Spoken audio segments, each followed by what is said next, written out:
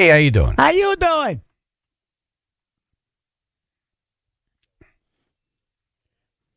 Did they think?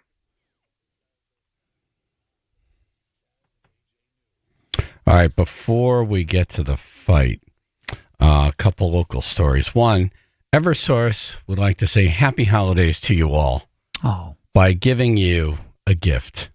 Another rate increase. Thank you. Electric rates are going up again in Connecticut. On Friday, Eversource announced, by the way, people announce things on a Friday to kind of hide it. That's you're dumping it when everyone's not paying attention.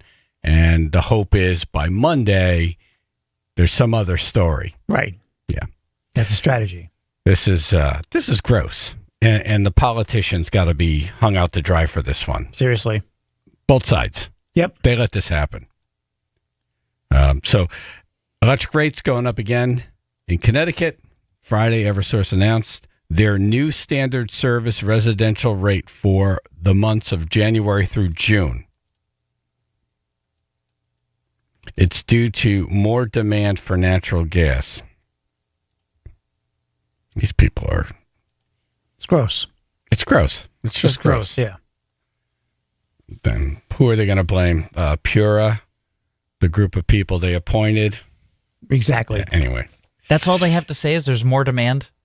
Yeah. You don't have to prove any of that? Yeah, really. You just get to say that? Right. Okay. We'll take your word for it. Yeah, we'll get more on this. We're not going to let this one slide. No. But, you know, they got it down. They got it down. They just all point fingers at one another. Yep. Like, it's pure. This one. They made a bad deal. Well, you had to because they made a bad deal. Right. And they make it so complicated. As soon as you start digging into the why, you're like, all right, just let me pay the freaking bill. You're fried. I don't even want to hear you talk anymore. Yep. A massive fire destroyed the Highland Golf Club in Shelton. This place was right around the corner from my very first house. Okay. And when I was a kid, I would go there and I'd find golf balls in the pond and in the woods, and I'd clean them and sell them back to the golfers. Nice. Yeah, why not? Yeah. So total loss Friday night. It was a crazy picture. Yeah, it's good. Oh, my God. That's burnt. Yeah, and the propane tanks didn't help either. No. One man. exploded and it sent metal flying everywhere and bananas. And so Yeah. I guess they'll rebuild. Nice old building. All right, now I want to ask a question about the fight.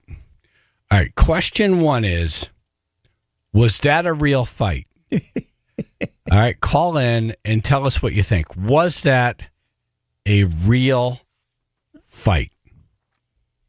203-882-9757. I want to take a couple calls, and then I'll give you my thoughts on this. 203-882-9757. Was it a real fight? I don't know if you heard, but Tyson lost. Yeah. Heartbreak.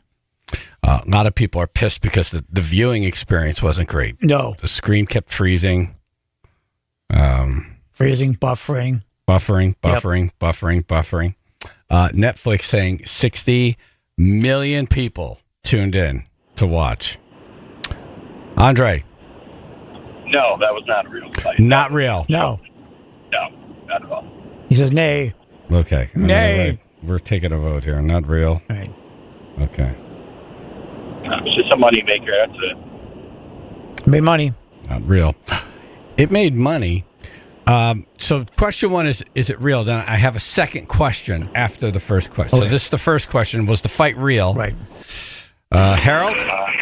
Good morning. How Hi. are you? Good. Morning. Real or not real? So, a real fight, there's usually punches thrown. So this was just a money-making opportunity. I love it. I knew we were going to get all the perfect perspective. Exactly. Okay, you look at the end of every single fight on that card. Yep. The fighters are bruised and bleeding. Okay? This fight ended. No one had a mark on the face. Nothing. He's perspiring. That's not a fight. No. That was a dance. Yep. All right. Thank You guys you. have a great day. All right, you too. Yeah. Mike in New Haven. Good morning, everybody. Hey. How's it going? Morning. Good morning. I think it was more of a bookies fight, and Tyson should have whipped him. Yeah. All right. So there's the other conversation here. All right. So everybody's all right. We did an unscientific poll of 3 people. Yes. And our official result is 100% of the people polled feel like that was not a fight. Conclusive, yes. All right, it's conclusive. Yes, okay. right. So we answered that question. Right. Not a fight. Not bad. Okay. And then some people are saying Tyson could have won that. He just never threw any punches. No. He threw punches in the first round and then was defense for the rest of the fight. Yeah. Boston John. Man, that was a charity fight. Mike Tyson's got no money. They raised some money for Mike Tyson. It was a charity fight. That was not a let's get Mike Tyson out of the poorhouse fight because he's got money. That was let's he get used to more. have a whole lot of money, but now he's got no money in comparison. Okay, well he made $20 million on that. Jake Paul made $40 million. Yeah. Yeah, but he was worth like $200 million. What? Just a few years ago. It was a GoFundMe fight. Yeah. All right, thanks. Yeah. No, he didn't need money. No. Money is nice. Yes. You know, he's not as rich as he once was. But he's not destitute either. But that was a Jake Paul production. Yes. And so the next question is, who's the loser? Is it us? Is it Netflix? It's certainly not Mike Tyson because he doesn't care. He doesn't have a reputation to uphold. Nope. When we look back at highlight reels, we're not going to have this stuff tacked on. The Babe Ruth stuff, the Muhammad Ali stuff, the end of the career never gets tacked on. It's the brilliance. Yes. The highlights. So he didn't lose. No. Did we lose or did Netflix lose? Who lost that fight? Hi, someone from an airplane. crop dusting. Good morning. It was fake. It was fake. Fake. It was fake. Never seen Mike Tyson even throw a punch. First and second round was it. That was it. He scored 10 and 10 in the first and second round, and then nothing after that. No, I know. Neither one of those fighters were out for blood. And if Jake Paul wants to establish himself as a fighter, you have to fight. Yeah. I saw 2. Right, and listen, and Jake Paul, in the 4th, 5th round, he could have knocked Tyson out. You've seen the age in Tyson. You know what I mean? But I just think it was fake. Yeah, I do too. Neither one was bruised at the end. Yeah, I saw 2 punches land that I thought might have done some damage. Jake Paul nailed Mike Tyson right in the schnoz. Yeah. I mean, dead center. Rang his dome. Yep. And then Tyson hit him with an uppercut right to the jaw to the point where Paul's tongue was hanging like, he's going, Yeah, and they were showing all these clips on the internet over the weekend, and there were opportunities, where it was like, oh, this is where Tyson would deliver the knockout uppercut right here. Opportunities right here. All open. Yep. Right here. Fight's over. And he just didn't swing. No. Didn't take it. Nope. Didn't take the opportunity. Kristen and Hamden. Hey, good morning. Good morning. Morning. I think that was the worst fight I ever saw. The worst one. I feel like Jake Paul had that fight rigged from the beginning. You think? Yeah, so you believe it was fake, not real. No way. Like, first of all, it's Mike Tyson. Like, I don't care how old he is. He's got more skill, more talent in one hand than Jake Paul's got in his entire body. Like, was Jake Paul a good fighter? Yes. Could it have been a better fight? Absolutely. But they had that stacked against Mike Tyson from the beginning. When you talk to people who really follow all of this and have followed Jake Paul, no one denies he's a great promoter. Yeah. And he's made a lot of money off of really being an okay boxer. Yeah. I don't think when he fights someone real with skills, he loses. Yeah. And so he does these fights like this Mike Tyson fight. This was it was the Mike Tyson name. Our expectations were so high. We thought we were going to see a fight and people bloodied and bruised, and that was not it. In the first round, they were hugging. A lot of hugging. They were. Yeah, for sure. Like, I feel it could have been a much better fight than it was. Like, if they would have both given it their all, it would have given us the fight we all wanted to see. Yeah, it was. The girls fought better than they did. Exactly right. I heard about the girl those fight. two girls right before. That was the fight to watch. And the judges shocked everybody with the results of that fight. But those girls, they fought their asses off. Yeah. So they were really the winners. All the other fights, there were bruised and bloodied fighters. Real fights, yeah. Yes. The cartoons at the end. Away, and Jake Paul's like, drink Celsius. This is it. Like, what? Yeah. Dude, come on. Like, I think he got nervous. Like, and when they were doing their contracts, he was like, you know what? Because, like, the way it was, like, if Tyson would have knocked him out, Tyson would have owed him so much money. There would have been penalties everywhere. I have a feeling that's the way it was set up. Because this whole thing was to, one, make money, and two, to establish him as a real fighter. Yeah. And, you know, if Tyson threw one of those uppercuts and knocked him out, well, you're starting from square one now. You heard, Yeah. Right. So, all right. Thank Very you. disappointing fight, for sure. Yeah. I mean, who lost that fight? Was it Netflix or us? Us. Really? I think us. Because I woke up Saturday and the world was pissed at Netflix. Really mad. So, I don't know. I don't know. There's no way in hell Netflix will ever run anything like that ever again. Well, I disagree with that. No one will watch it. I think they're going to be on the phone with the NFL this morning. Right. Or we're already, because the NFL has a doubleheader coming up on Netflix. Oh. And you can't have that happen. Gotta fix that switch. John on the road. Hey, good morning, guys. How are you? Good.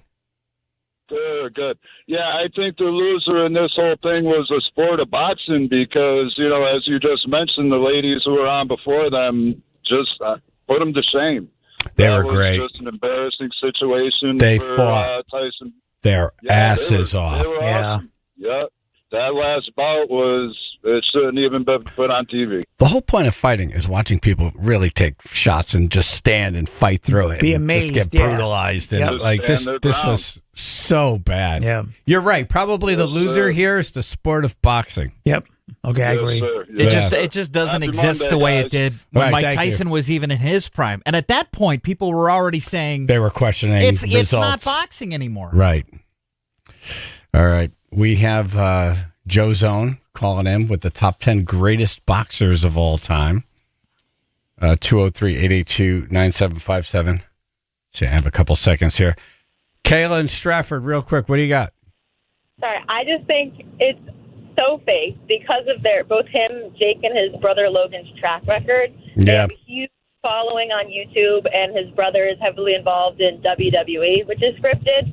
So I don't think it would be unlike Jake to do something like that. Yeah, you're right.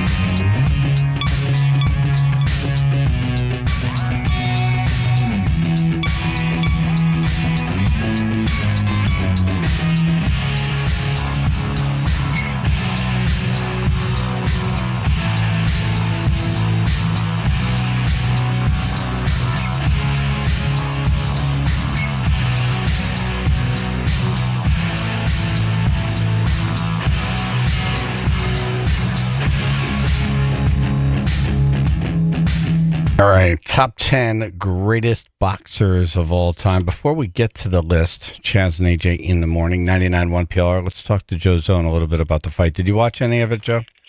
I didn't see anything but all the replays. I was, Friday night for us is our big high school football, night. So all I kept hearing was I was getting texts from people saying, it keeps buffering, I can't see a thing. Yeah. So I didn't see it live. I got to see, I got to see the highlights. But I guess some people had a chance to see it all the way through. But most of the people I know, it was interrupted all night.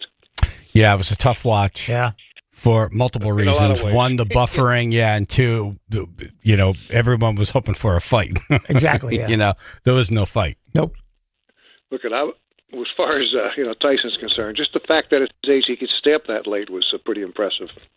I think the boxing fade out opened up the hole for MMA, and now there's no going back.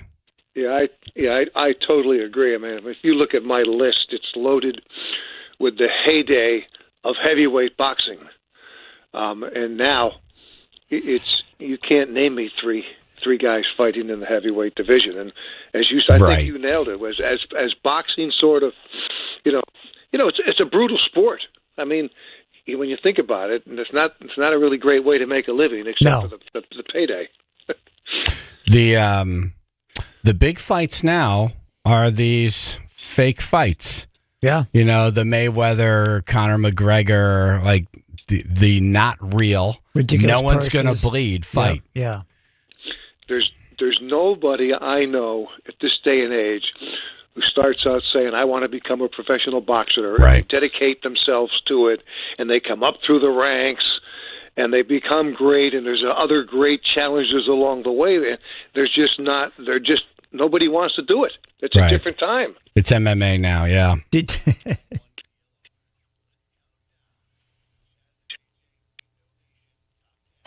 I like this list Joe has, too. I was looking it over. Paul in Scranton, what do you think? Yes, good morning, gang. Hey. Good morning. I'm going to go with an old one, Joe Louis. Well, Joe Louis would be on that list. To give you the full disclosure, I started my list with guys that I grew up with or started in my business with. So Louis is a little bit before just a little bit before my time. So no gladiators then. But he'd be on it. There's no gladiators. Those guys aren't on it. But Joe Louis, and I can tell you Marciano's not on it either. Now go from there. All right, Andre and Derby. These aren't heavyweight only, are they? No, the list is not just heavyweights. Okay, I'm going to go with my dad's favorite, Sugar Ray Leonard. He is on my list. He's number 4. Yep. He's number 4 on my list. He was an all-time great, no doubt about it. So fast. And stayed in good shape, too. Stayed in excellent he was a boxer, shape. too. Yeah. It was, he was not just a puncher. This guy was a boxer. That's what, he knew how to box. I think people, they'd get hit by him. And they'd be like, I didn't even see his hand move. Right. Was that? How did that happen? I just felt pain, but I didn't even see his hand move. Was it lightning? Fish nipples. Good morning, everybody. Good morning. I'll go with Muhammad Ali. Yeah. Ali is number 1 on my list all time. I started as a sportscaster, as his career was taking off, and it was unbelievable to see. There was nothing like him before, just about nobody since, not just as a boxer, but as a showman, as a communicator, as an idol, as a legend. He was just the best that I ever saw, no doubt. Yeah. And he started as Cassius Clay. Yeah. Yep, that's correct. And then correct. the Vietnam War came around, and he got very religious and changed his name to Muhammad Ali. Yep. And didn't want to go and fight, and that disrupted his career for a while. Yeah. Went to prison. And then boom. Greatest I ever saw. Incredible. Him and Cosell together was one of the great sportscasting athlete acts ever. Emma. Good morning. Good morning. I'm going to go with Joe Frazier. Joe Frazier. Yep, he is number 3 on my list. I love Joe Frazier. His battles, and you looked forward to those back in the day when he and Ali were getting set to go. Frazier's number 3 on my list. Awesome. Thank you. Thank you, Emma. Thank you. Ryan in Bristol. Morning, fellas. Happy Morning. holidays. Hello. You too. Are we there yet? Almost. Do we want to hear Happy Holidays? Like a pre-holiday. I think next We'll week. get here for you. Yep. All right, go ahead. How about Marvelous Marvin Hagler? Not on my list, but he could have been. I was talking about this in the office with Mark Robbins. He could have been, but he just didn't make my list. He was one of the. I just loved his name. Wasn't that marvelous? Marvin. You were marvelous. Yeah, because there was a lot of controversy in that with that the fight he had with Sugar Ray in '86. I remember it was 10 or 11, and a lot of people thought he won that fight. He thought he walked away. That was his last fight. He said, wait, what? He said, if this is where boxing's going, I'm not going to be a part of it. Walked away. Well, just remember that comment that you made, because that's been said about practically every fight in the history of the world. A lot of people thought the other guy won the fight. Top 10. Thank you. Top 10 greatest boxers of all time. Joe Zone, Channel 3 Sports doing the list. Sean in Westbrook. How about the guy who sells the grills, George Foreman? Nice. Yep, number 5 on my list. He just, you looked at George Foreman and you just looked like that was the guy who was going to knock your head off. I mean, he just was so impressive in the ring. I loved Foreman. He's number 5 on my list. And he came back in his 40s and had a great career, right? Yeah. Like, actually won some fights. He did. That was Like a comeback. real That was fights. a real That comeback. was a real comeback. And people didn't believe it at first. He had to fight like 3-4 fights before anyone was really taking him seriously. Yeah. And he named all of his kids George. He did. Keeps it easy. All right, thank you, Stan. Top 10 greatest boxers of all time. Joe Zone, Channel 3 Sports doing a list. 203-882-9757.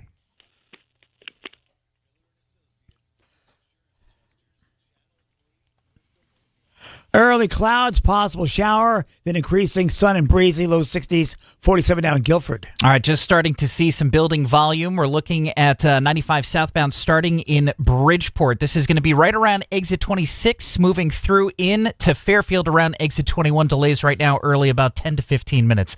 This traffic report brought to you by Medicare.gov, an official message from Medicare. Medicare plans change from one year to the next, and this year it's important to compare all your options during Medicare open enrollment. Visit Medicare.gov.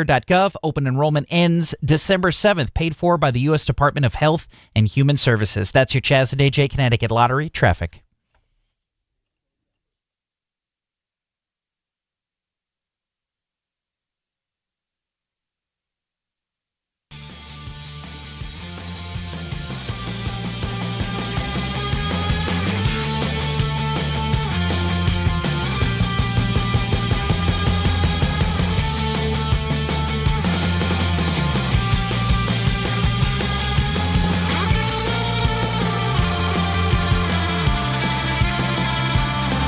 Connecticut in-home assistance. No good, people. 10 signs that home care might be needed. 1, recovering from a hospital stay. Okay. 2, bills are not paid or paperwork piling up. 3, weight loss, lessened appetite, unwilling to prepare a meal or spoiled food in the fridge. 4, problems with walking, balance, trouble getting in or out of bed or out of a chair or going downstairs, just kind of getting around. Exactly. 5, a history of falls. 6, not remembering to take medication or getting prescriptions filled. 7, the home is cluttered. 8, confusion, memory loss, or changes in personality. 9, recent car accidents. 10, changes in personal hygiene and grooming. Connecticut in-home assistance can help you or a loved one with companions, homemakers, or personal care, whether it be once a week or round the clock. let me give you this number. 855-412-CARE. That's 855-412-CARE. Be prepared with Connecticut in-home assistance. cthomecare.com.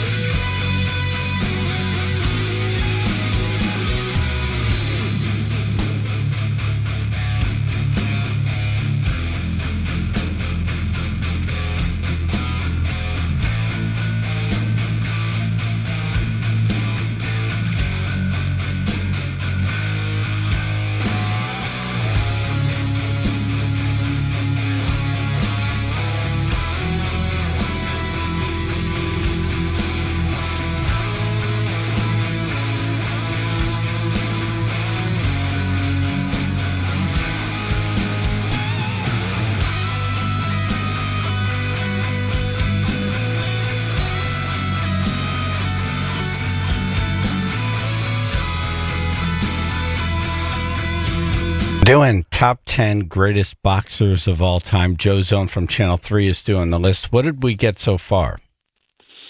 You got Muhammad Ali. You got Joe Frazier, Sugar Ray Leonard, and Foreman. So you got 4 of the top 5 of mine, and then the rest of the list behind it. People, there's an obvious number 2 here. Yes. Yeah, really. Ken in Oxford. Ken Oxford. Hey, good morning, everybody. Let's go with Roberto Duran. Not on my list. Nope. When was he big? All right. I remember that name. Sugar Ray Leonard. Oh, okay. Yeah. Okay. All right. Thank 100 you, Ken. wins, 70 KOs. Yep. Wow. The Hands of Stone. The Hands of Stone. That's right. That's the last thing Have I a want. great morning, Yeah, really. guys. Yeah. I don't want to. I want a hand of butter. Exactly. I don't want a hand of stone. No, no, That's, no. no. Right. He's a guy, I think he's the opposite of Ali. When people think of his career, they think of the end. Because the end was so bad, and he was obviously just walking into the ring for a payday. Oh, really? Yeah. Bill. Ick. Kyle in Middletown. Hey, so I want to guess one from. So I'm 37. I'm gonna guess one that I used to watch when I was like in high school. Roy Jones Jr. Yes, he's on my list. He's number 9 on my list. Roy Jones Jr. Yep. Loved watching him. I remember seeing him fight. I believe it was Bernard Hopkins on a pay-per-view event. Oh. We brought my dad made an event. We made like a pay-per-view thing. Brought like the whole soccer team out on over. Oh, cool. Nice. That's fun. That's the only thing I think that why people aren't furious right now is because they didn't have to pay for that fight. Okay. Yeah. Can you imagine paying $30 for that Love Fest? Yep. Pandemonium. Yeah, I think Netflix would have like their building would be just rubble right now. Big problem. Well, remember, that used to be that way with Tyson. You'd pay for the fight, Yeah. and he'd go one round, and it was over. Yeah. Like you'd be sitting down, and boom, it was over. 90 seconds. Yep. Yeah. Eric on the road. Hey, guys. Good morning. Morning. Morning. I'm going to go with Canelo Alvarez. Not on my list. Nope, that's an obscure one for me, but obviously a guy that you're pretty familiar with, but not for me. Thank you, Eric. Top 10 greatest boxers of all time. Billy in East Haven. Willie Pep. Really who? No, not on my list. What? Willie Pep. What? Willie Pep. There's a lot of I know Willie Pep. Yeah, he's it's a famous story. In fact, there's been a couple of movies made about the guy, but just not on my list. Okay. Steve in Colchester. I had Hands of Stone as well, but I'll go with the obvious, Mike Tyson. Yes, Tyson is number 2 on my list. There was that period. I remember covering him. Went to one of his press conferences, and even as a media member, I was afraid of him. Yeah, he was just the guy that I can't even imagine what it was like to go up against him in a ring. But I remember going to a press conference, and I was afraid to ask the guy a question for fear he was going to come out and get me. Yeah, he was when he was in his prime. That guy was unbelievable. He was an anvil. it is kind of shocking that he never killed anyone accidentally, like, in a road rage incident or something. Just like, oh, wow, I punched him and my fist went right through his head. Right. Oops. He was incredible to watch. And as I said, I remember covering some football games, and all the media guys on a Friday night before the game on the road would get into a hotel room, but, put up the pay-per-view, and before we sat down to the wings and the beer, boom, it was over. Yeah. Yep. You recall Roberto Duran knocked out a horse as a teenager for a bottle of whiskey? Oh, good whiskey. Kind of an unfair fight, by the way. Right. Poor horse, yeah. The horse drank part of it, though. It's a big face to hit. Yep. I'm sure the animal lovers listening right now are happy with that story. Yeah, Peter was all over that. Thank you, brother. Appreciate it.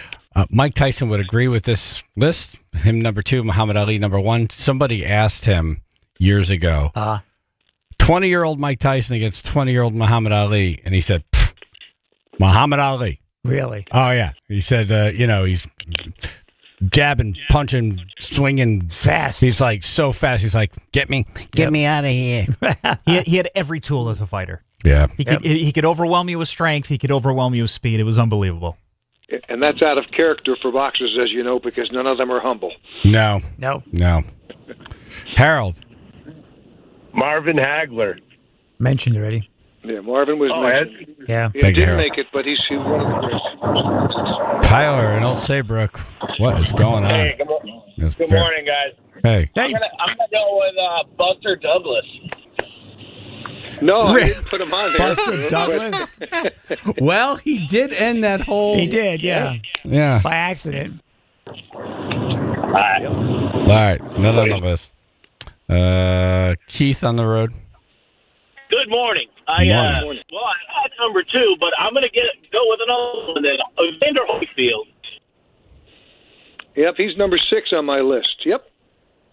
Thanks. Have a great day, guys. All right, you too. You got it. Well, did he have a great career? Like that's when I started dialing out of boxing. Well, that's when it was all starting to, jump the shark at that point. It Yeah. was starting to go the other way. Like the year. Adding divisions, adding belts, like you can hold 2 or 3 at a time. Yeah, that was Different groups confusing. in charge. You didn't know which one was the real heavyweight or who Right. had the other heavyweight. They're both which was claiming they're the real, but they won't fight each other. Right. Awful. Yeah. which was a good way to keep the sport going for a while because you had one guy, it was like when you had the AFC and the NFC, when you had different divisions, different ruling parties, everyone claimed they were it, so it made for natural showdowns, all for one. Mike in Woodbridge. Morning, guys. Morning. I believe this was a lightweight boxer, Leon Spinks. No, Spinks is not on my list. He was mentioned to when I was going over this list, but didn't make it. Nope. Okay, thank you. All right, one more, and then we'll wrap it up. It's top 10 greatest boxers of all time. Joe Zone, Channel 3, doing the list. Steve in Naugatuck, what do you think? Hey, how about Jake LaMotta? Nope, didn't make it. Just again a little bit pre-me. He was before me. Didn't. Great story again about that guy. You look up some of these guys and where they came from. Right. Raging Bull, yeah. Have a great day. All right, thank you. All right, let's wrap it up, Joe. Top 10 greatest boxers of all time. So Ali, Tyson, Frazier, Sugar Ray Leonard, Foreman, Holyfield, Oscar De La Hoya. Here's one nobody would have guessed. Larry Holmes had the title longer than anybody. Wow. Roy Jones Jr., Manny Pacquiao. Ah, that's a great list, by the way. Yeah. That's Thanks. a great list. All right, Thanks for Joe. getting me. All right, thank you, brother. Appreciate it. Talk to you soon. All Okay. right. Yep. Bye. There was a real fight over the weekend, and it was not on Friday night. We'll talk about that.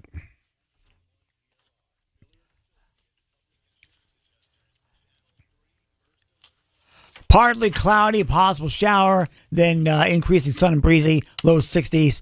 47 now, North Haven. We do have stop-and-go traffic reported right now, 95 southbound through Bridgeport, starting at exit 26 to about Fairfield. Exit 21 delays there about 15 to 20 minutes. We're also looking at an accident. This is in Milford, 95 southbound at the exit 38 connector exit. The right lane is currently blocked because of an accident there involving a tractor trailer. Got delays reported, just a minor stop and go right now, but it is causing some delays, so just a heads up. This traffic report brought to you by Compassion International. Every day a child in poverty waits for a sponsor is another day of hopelessness. There are thousands of kids waiting over a year and their wait. Sponsor a child with compassion today. Text the word radio to 83393. That's your Chaz and AJ Connecticut Lottery traffic. We are entering eating season. Eating season! Omaha Steaks. Nothing delivers comfort and joy quite like the unrivaled quality and taste of Omaha Steaks. Oh, yeah. Something about that, putting those fillets on the grill. That seasoning you put on top of it. Oh, yeah. Put on everything. Yeah. Even ice cream. And you can only get that from Omaha Steaks. Exactly. That seasoning. Yep. Yeah. From legendary steaks to mouth-watering desserts and more, save 50, that's 50% off site-wide at omahasteaks.com. I don't know if you've been to the grocery store recently. Have you seen the prices? Ridiculous. Have you seen the selection? Not a lot. Yeah, minimal. And then the people just ugh. This is such a great way to. About it at all. This is a great way to go shopping. You go online. They have the beautiful site, omahasteaks.com. Yes. All the pictures are right there. You can see what you're buying. Great packages. And now 50% off. Plus, members of the tribe get an extra $30 off with the promo code CHAZ, CHAZ, and a $30 reward card when you shop early. Very nice. It almost sounds like you're going to get this stuff and they'll owe you money. Pretty much. It's 50% off at omahasteaks.com. Then an extra $30 off with the promo code CHAZ, CHAZ. Minimum purchase may apply.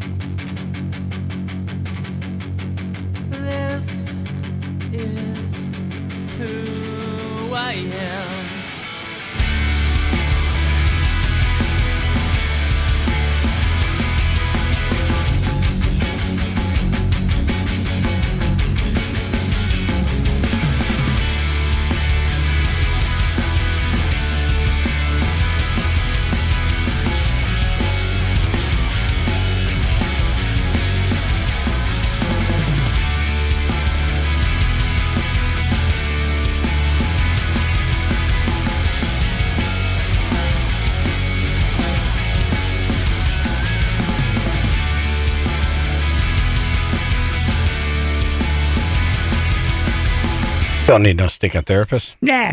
On TikTok. Oh, what the hell was that? TikTok. There's something going on in the other room there. All right. All right. So before we move on from this this Tyson fight Friday, let me play Dana White talking about the fight. Mike Tyson was right, and I was wrong. You know, when you guys know the whole story about Shark Week, and you know, if you don't, I begged him not to do the Roy Jones fight. You're too old. I love you. I don't want to see you take any more punishment. So I set him up on Shark Week. He got paid good money, and he's like, "Are you?" So he almost flipped out the last day and was ready to kill everybody on the boat because he had to jump in with all these sharks again in the middle of Florida. And he's like, "This says that you know, he cares about me and everything else. I've been fighting since I was 12, and he throws me in the ocean with a bunch of sharks." He was right about that too. But he basically said, I told him, "Mike, you're basically 60 years old." And he's like, "You honestly think this kid's going to do anything to me?" He's not good. He's not going to knock me out. He's not going to do this. And you saw him. He tripped when he was walking down the thing. He had a hard time walking up the stairs. He had a knee brace on. And Jake Paul couldn't do anything to him. He made a ton of money. And I know people are mad. You stayed home on a Saturday night, but you didn't pay for it. Friday. You know what I mean? Yeah. And, you know, this is what Mike Tyson, when Mike Tyson shows up, everybody makes money. You know, Jake Paul isn't. You know, I don't have to tell you guys. You guys know Mike Tyson is the A++ side of that thing, and he was right. Jake Paul couldn't do to him. I just wonder how many times Jake Paul can do this. You know, how many more times? Right. What's next? You're not going to suck. You're not going to sucker us again. Yeah. Well, but this is again the problem with boxing. He's figured out a way to be a boxer without being a boxer, right? And he's making more money than the guys at the top of their divisions, right? So what's going on here? But it's over now. Who does he get? Even if let's just say there is another name out there, no one's going to tune in like they did for this, and people are pissed. You can't have everyone. You know, when everybody sets an appointment to watch something and there's an excitement, there's an expectation that there's going to be a knockout punch or something that's exciting. Yeah. We're not talking about that. We're talking about how lame it was. Yep. This is the Floyd Mayweather version of boxing, which is, I'm not going to be Ali. You're not going to love me. You're going to hate me, but you're going to tune in because you think the other guy's going to knock me out, and they're never coming close. Did you see that meme they got out there where now Jake Paul's going to fight Blue from Old School? 99-1 PLR. We got to talk about the John Jones fight. Yeah. Do you see that spinning back kick? No. Oh. I'm always impressed by those, though. Always impressed.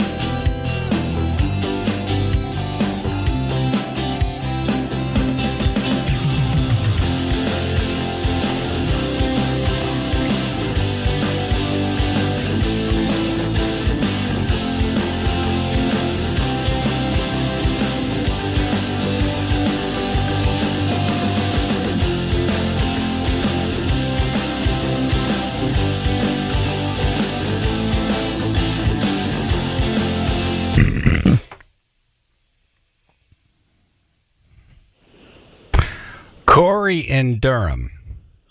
Hey, how you doing? Hey. So I would. Hi guys. I would love to take like the pile of money that they both made and put it on a table on the side, and then let them fight, and winner gets all.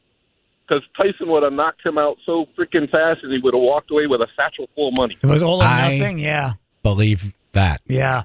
That motivates you. That was not a real fight. You're not That going to was see a dime. Yeah. You show up and don't hit me. I'm also gonna vote with. I'm gonna drop Netflix for a couple of months just to my own little protest. Protest. You know? I was thinking about dropping them only because they don't have any movies. They don't have any series the quality, like they used to. Yeah. The documentaries are the only thing that hook me in. Yeah. Yeah. Yeah, And they're losing everything. Yeah. Yeah. Have a good day, guys. All right, Corey. Thank you. Bye.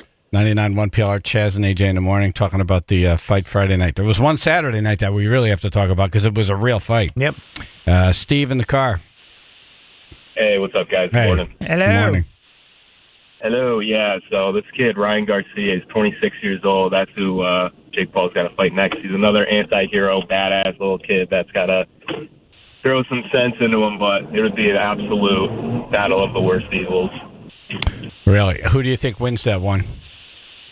Oh, Garcia. No doubt in my mind. And John Jones is a GOAT. Yeah, that guy is something else, man. That spinning back kick. That had to hurt. Oh, That had to hit. The guy's whole body shifted. that was lights out. Stipe Miocic, but he's an old man just like Tyson, but Stipe's the GOAT too. I wouldn't mess with him. Yeah, no, but he's a Hell no. tough guy. Like that spinning back kick, that would have killed most men. But they heel. We got hit with the heel. So that number's a literally punch. It's like a punch. would have killed most men. Yeah. Like he just went down and then the fight was over and then he got up and he was able to speak. Right. And then said, I'm retiring. You would have saw somebody like leaving their body. That's right. That's right. That would have been death for most people. Yep. That was such a powerful kick. And unpredicted. Yeah. You can't tell. Like, you didn't know it was coming. Yep. Just out of nowhere. Boom. Fight Bam. over. Ah, Unbelievable. beautiful. All right. Thank you, brother. Appreciate it. Chris in Bridgeport. Hey, what's going on, Chaz and AJ? Hey. I just wanted to say that, like, people keep saying, like, I can't believe Mike Tyson would do this for $20 million. Like, why would he mess up his legacy for $20 million? I know people who've messed up their legacy for $40. Okay? I only did it once. I only did it once. That's right. Hugh Grant. How much was that hooker? Right. Eddie Murphy. Probably less than 40. Yeah. That's right. All right, coming up. We didn't even get to the fight Saturday night. We grazed it. Yes. All right, so wild fight at the game in West Haven Friday night. Huh. Did you hear about this? Yes, I did. There were fights everywhere, by the way. There was one on TV and there was one at the football field in West Haven. Yep. We have Sergeant Allard from West Haven Police up next, and then Charlie Dowd is going to go over some of what happened over the weekend with the fights and the games and the... Yeah.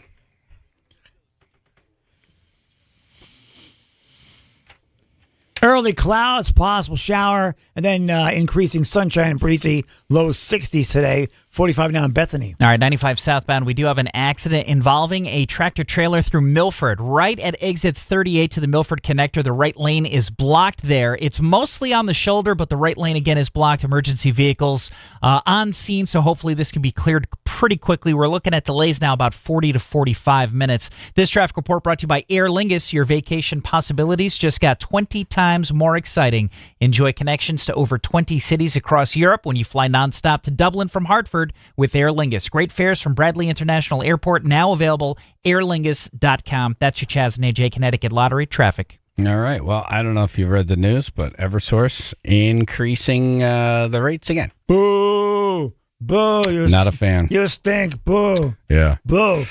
Leclerc Heating and Air. Yes. Leclerc! Leclerc! To the rest Leclerc! Good heavens, man. Heating and Air. Yeah. Hey, it's Chaz. If you need oil or propane this winter, you have to call my friend Rich over at Leclerc Heating and Air. This guy, hard worker. This guy. Well, he'll cover everything: heating oil, propane. He'll service your furnace. Right. And if you're doing a kitchen or a bathroom remodeling project, he's got master plumbers. He'll fight Tyson. If you're thinking about, I'll have to ask him I about bet you that. he would. I bet you he would. Yeah. If it meant your house being warmer, he would. Yeah, if he has to get through Mike Tyson exactly, fix your furnace to get down into your basement, he will do that. He would probably send a couple of his guys first. Exactly, right. Have them check it out first. Tire him out. Then and Rich then he comes goes down. in. Right. The main event. Yes. He's the closer. The main card. Yeah. LeClaire Heating and Air. 203-735-1700. That's 203-735-1700. Or online, LeClaireHVAC.com. So if you need his services, or if you're an HVAC tech, and you're like, I'd like to work for a better place, LeClaireHVAC.com.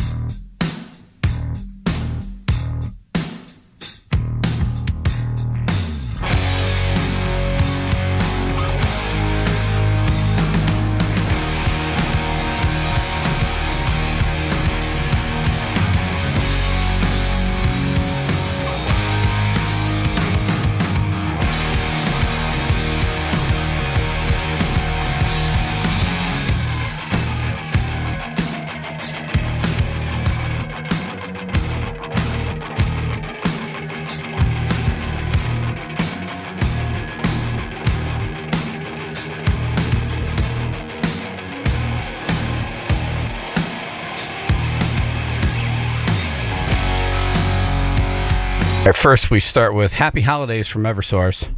They're screwing us again with another rate increase. Oh, look at that last year. Yeah.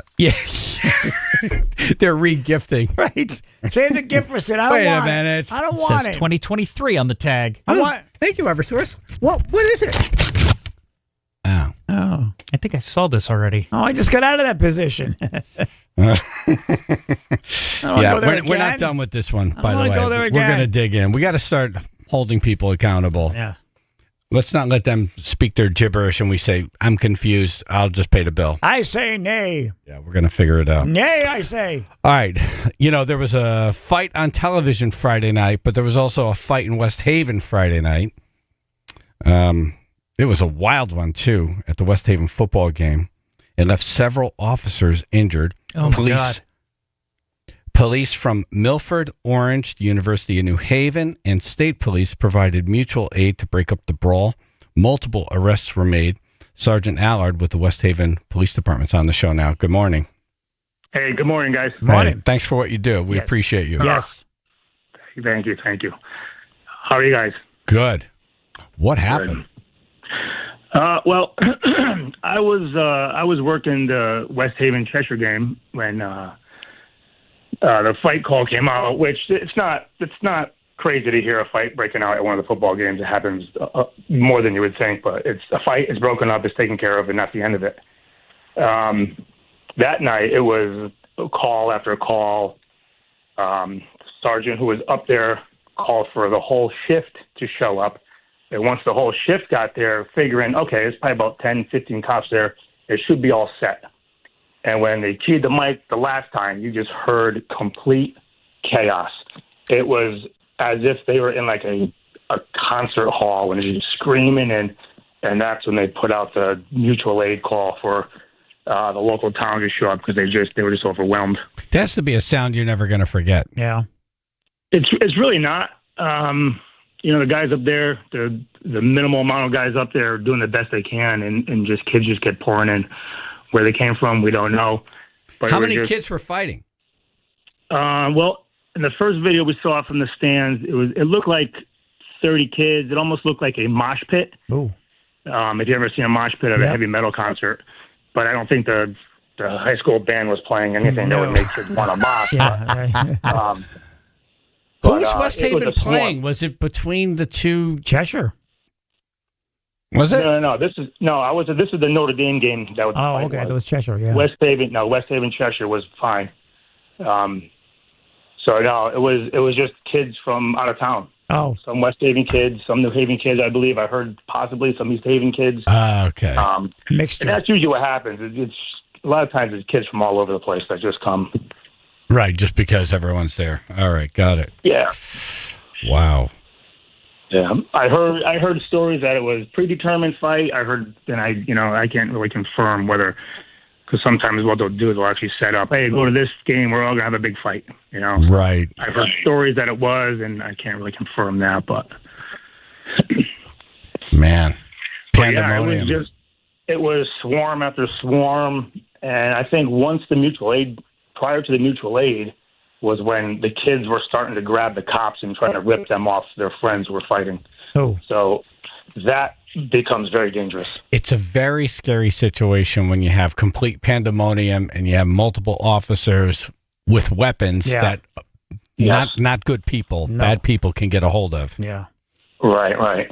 So you got to put that in your back of your head, because what happens if someone grabs our gun or something like that? So. Yep. Ugh. What happened to tasers? Like, can you just what happened to tasers? Like a blanket taser. Yeah. Well, the thing with taser is you have to know what you're hitting and what's behind what you're aiming at. So these kids were, like I said, it was a swarm after swarm. They were just moving. Yeah. After they broke up this fight, a fight 15 feet over there began. Yeah, so then they'd have to attend that fight, and once they got to that fight, they went back to more fights. So it was total, like you said, total chaos, total pandemonium, And then the officers that were injured, they're okay? Minor injuries? They're okay, yeah. Good. So like a couple of kids got hit in the head, flailing arms, whatever, but yeah, they'll all be okay. And how many arrests? I want to say 8 or 9, I think. Wow. And are you expecting more? Are you looking at video? Are you going to try to track people down, or are you done? Yeah, the problem with that, a lot of the kids were wearing masks over their face, so to identify them is going to be hard. And these are the kids who weren't there during the game, so all of a sudden, towards the end, all these kids with masks were there. They showed up, so it's going to be hard to identify them. But if we can, we'll definitely pursue charges. That is a scary situation to be involved in. Just almost a riot, and people are wearing masks. Yeah. So when I got up there, because I deployed 3 guys from my assignment up there, and then me and another guy went up. It was more towards the end. Kids are starting to be flushed out towards the parking lot where they can get picked up. by their family or take the bus. However they got there, they can. So it was still a little crazy, but it wasn't as crazy by the time I got there. So Saturday morning, when people are saying, "Hey, did you see the fight last night?" You're like, "Oh, I saw the fight last night. I saw the real fight last night." Yeah. I give credit to the guys who were actually in it that were really experienced it. So yeah, I caught the tail end, but these guys were in the midst of it. So, well, Sergeant Allard with the West Haven Police Department, thank you, and thanks for what you do. Well, I appreciate it, guys. Have a good day. All right, Thank you. Let's talk to Charlie Dowd, who we saw Friday at SHU. Yep. What is that? The Martiri. It's the Martiri. Martiri Family Arena. Yes. Martiri Family Arena, which is a palace, by the way. It's gorgeous. Yeah. It's pretty special. Now, you and I were together during the Tyson fight. We were watching a great hockey game, by the way, and SHU won 4-2. It was pretty much tied. Yeah. And then 12 seconds to go, the Pioneers score, and then they scored again. Open goal. Yeah. Yeah, it was a good weekend for the Pioneers. They won Saturday as well, 6-3. Nice. So it was a good weekend for the Pioneers. It was a good weekend for a lot of it. John Jones, the MMA fighter. Yeah, that was badass. I caught that.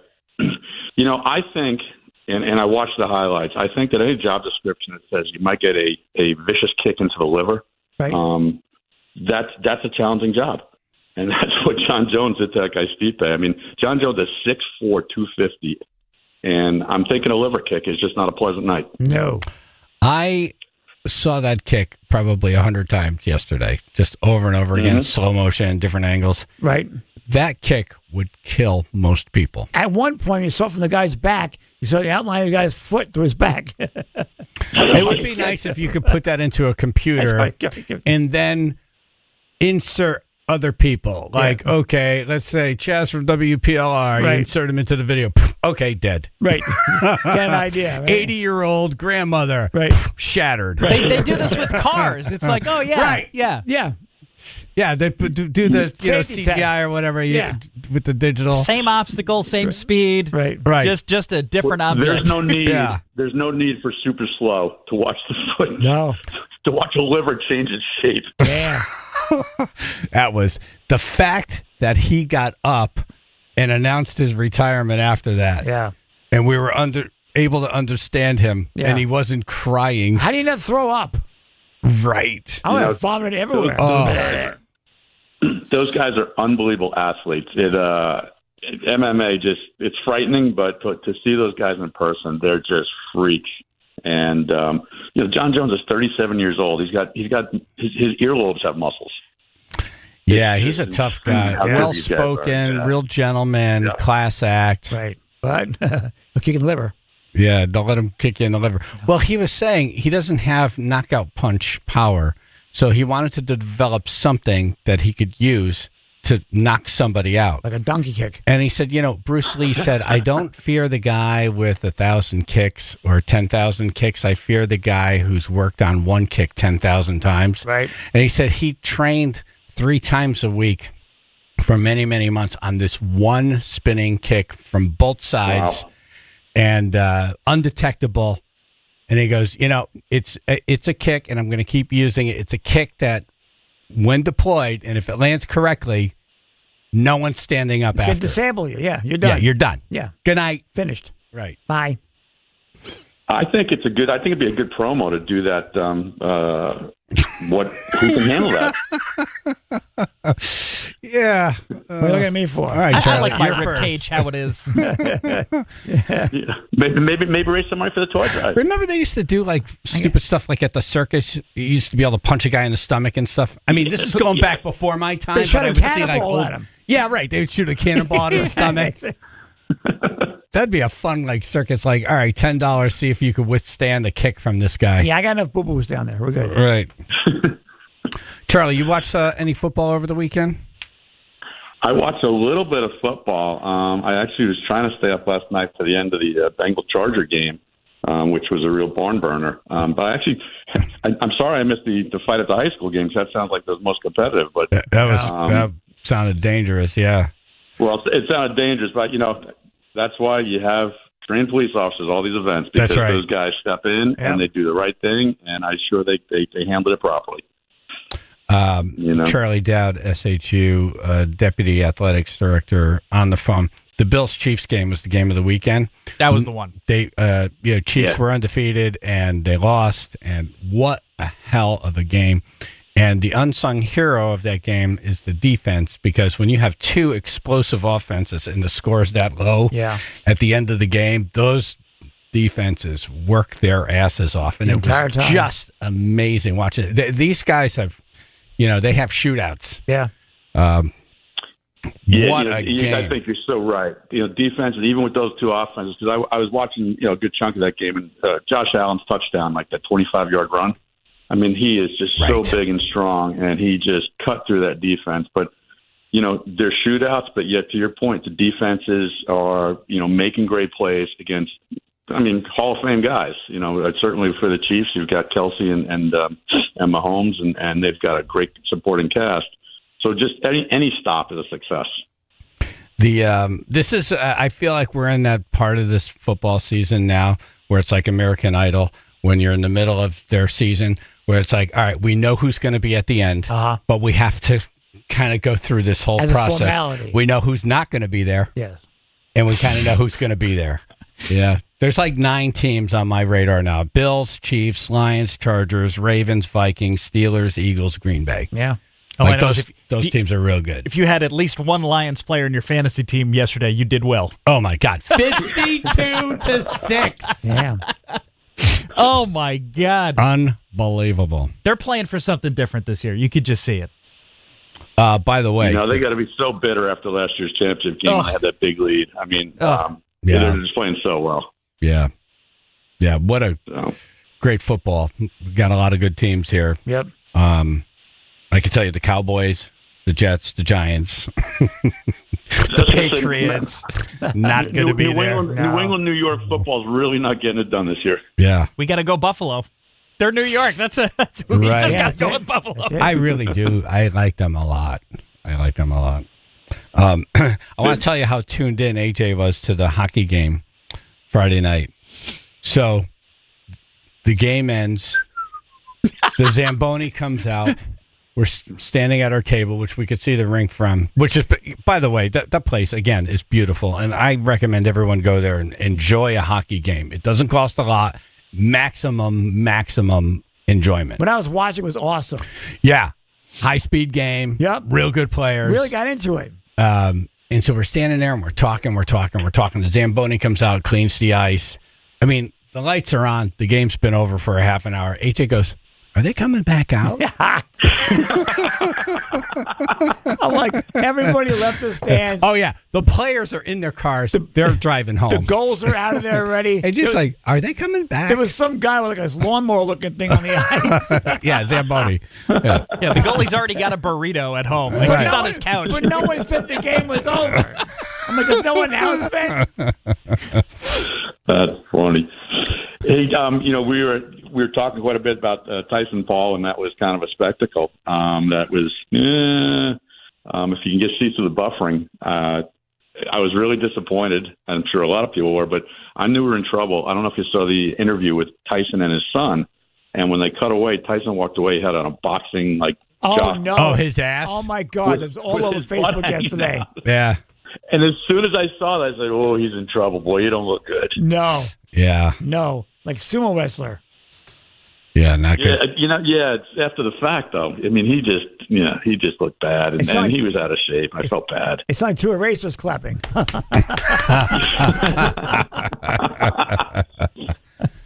Charlie Dowd, I don't know if you guys had a chance to... Go ahead. I'm sorry. If you've had a chance to see the preliminary fight, the Katie Taylor, Amanda Serrano. That was the fight. Oh, my gosh. It reminded me of Hagler Hearns. It was insane. Insane.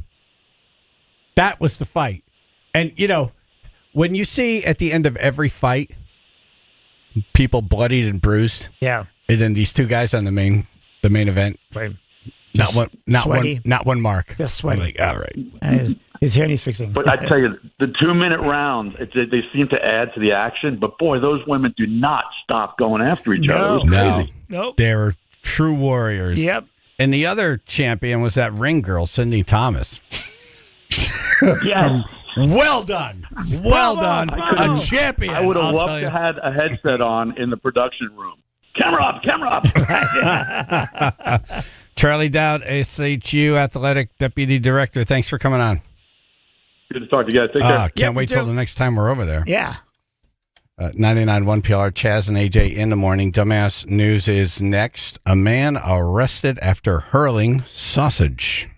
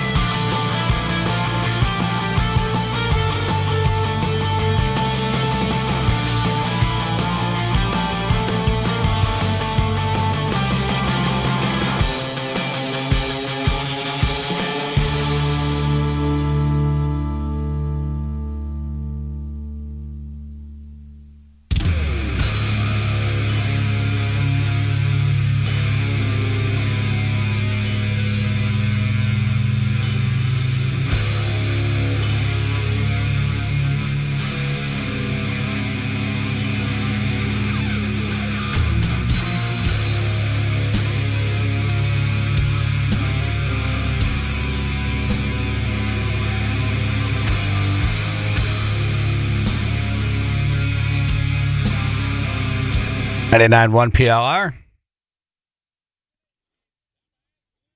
All right. What?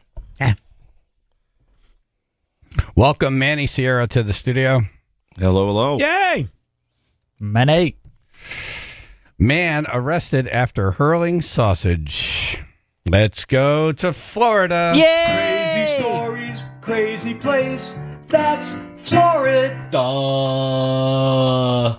Florida man taken to jail after deputies said he hurled a sausage at his brother, striking him in the face. Oh, wow. Right in the face of brother sausage. Not good. That doesn't sound good at all.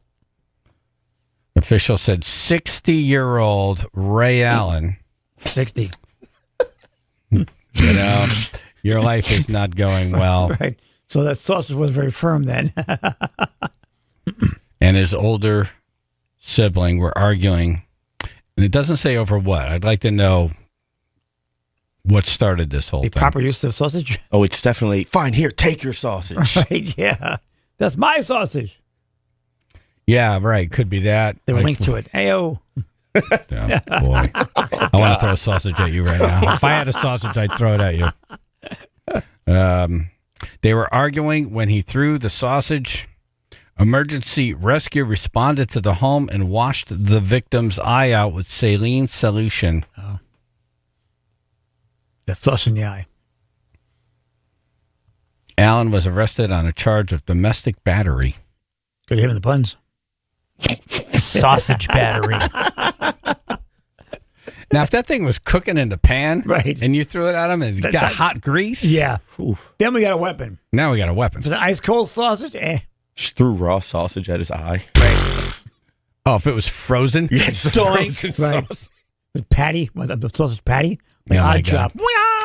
How do you go into lockup and they're like, "What are you in for?" Like, beat my brother with a sausage. Sausage tossing. I flung the sausage at my brother. I hit my brother in the face with my sausage. Wait, what? Huh? Yeah, but the hooker's going, we did too. No, but I told you the story. One night we were having hot dogs at my house, and, it's frozen hot dogs. Pull the package out. You got to get the butter knife, and you're cracking them open, cracking them apart. Yep. And then all of a sudden, a hot dog fight started. Frozen hot dogs being thrown around. Yep. Impromptu hot dog fight. And me and Jimmy was such a good throw. Me and Ricky decided we're going to team up on him, and we're just throwing at him. Yeah. Crossfire. He's too good. Cross-franking. Yeah. Cross-franking. And so Jimmy decides to leave, and he starts my front door. You have to walk downstairs to my front door, and he starts walking down the stairs. And Ricky hits him in the back of the head with a frozen hot dog. Oh. And I swear to God, his mouth must have been open when it hit, because you heard it sound like a coconut sound, like the best sound ever. But followed by him falling down the stairs. And hitting the door. Boom! Oh my God. See, that's what the present mission right there. And you would think that would end the fight. No, that starts the second Yeah, that fight. starts the second one. No, he left, and here's the kicker. I don't see him for 2 weeks, and then I see him. He's in a full body cast. Oh no! Oh my! By a hot dog. Huh? Yeah. Wow. And this is back when it was the plaster cast. Yeah. Oh no! I mean, he was literally in a full body cast In the summer. I don't remember summer? when it was. It's the worst. Any time it is. Yeah. You always itch inside. Oh yeah, he walked around with a coat hanger so he could scratch his back. Oh, and that thing started reeking bad. Yeah. Nothing you could do. Nothing you could do. Nothing. Yeah, he's like a turtle in the shell. Yep. In a stinky shell. Yep. It's a casualty of the weenie wars. Exactly. Yeah. Yep. Should you sign his cast or just throw a hot dog on it? Police noticed in the affidavit that Allen may have been under the influence of alcohol. Oh. Is that all? Why else it would is you do Florida. Is that all he was? Yeah, really. Yeah, that's the least surprising part. That's just to be a resident in Florida. The weapon in question was not seized by officers. I wonder, did someone eat it? Right. Still a good sauce. I mean, the Just brother leave has. it He's there. like, I'm not going to just let this go to waste. Either a dog or one of these brothers ate it. Just rinse it. You're good. Just rinse We lost 3 fennel seats. Oh well. Oh my! If you had a sausage and you were really hungry and it fell on the floor, would you eat it? Yeah. Yeah. If I'm really hungry. I'm going to wash it. I'm gonna wash it, I'm going to do a quick rinse. Oh, yeah, Put rinse it back it. in the pan. Still a good heat it up. sausage, yeah. Depends where I am. Yeah. Which floor are we talking about? Oh, yeah, that's a good one. Whose floor? That's better. Whose floor is All it? right, even the bathroom. If the bathroom floor, take some soap and just wash your sausage. Now. I'm going to pass on bathroom sausage for sure. This is probably the grossest thing I've ever done. Okay. I had one of those flying saucers from Carvel. Yes. It was the last one. Yep. And I was like jonesing for it like all friggin' day in school. And I get home and I'm like, yeah. And my dog jumps up on me and the thing falls on the floor and I pick it up and there's like dog hair on it. Yep. I'm like, I'm You just wipe wiping it you all off. off. You just wipe it You're away. getting wiped off. Yep. Yep. Yep. That's how It's we like, kept our fine. immune system up back in the day. That's right. Yeah. That's right. That's You why I'm dropped food on still the floor, alive you today. ate You it. just ate it. Yep.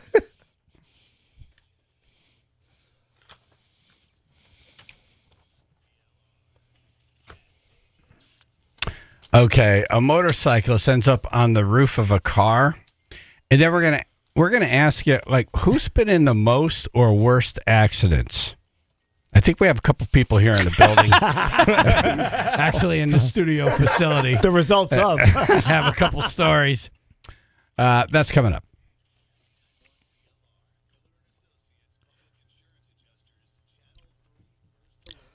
Early clouds, possible shower, then increasing sun and breezy, low 60s, 42 now in Cheshire. All right, a little bit of good news. 95 southbound, that accident in Milford has cleared. This was as you approached the Milford connector right at exit 38. There was an earlier accident that was involving a tractor trailer. Looks like all those lanes have reopened and everything's been moved out of the roadways. Might have some residual delays as you go by. Elsewhere, 95 southbound, heaviest delays now reported in Southport. Exit 19 to 13 delays over 30 to 35 minutes right now. This traffic report brought to you by Mothers Against Drunk Driving. For victims of drunk and drug driving, your grief is unique, but you are not alone. You always have a place at MAD. Call the 24-hour victim helpline, 877-MAD-HELP, or visit mad.org. That's your Chaz and AJ Connecticut Lottery traffic.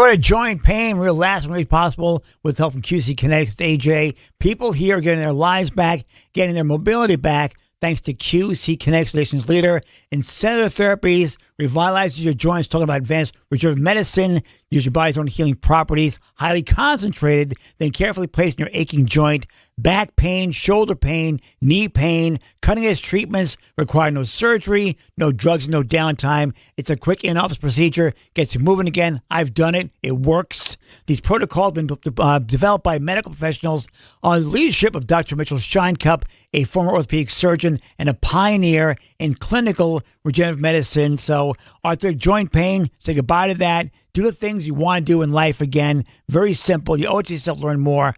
Call QC Connects right now for free consultation. 860-440-PAIN. 860-440-PAIN. Avon, New Haven, and Glastonbury. 860-440-PAIN.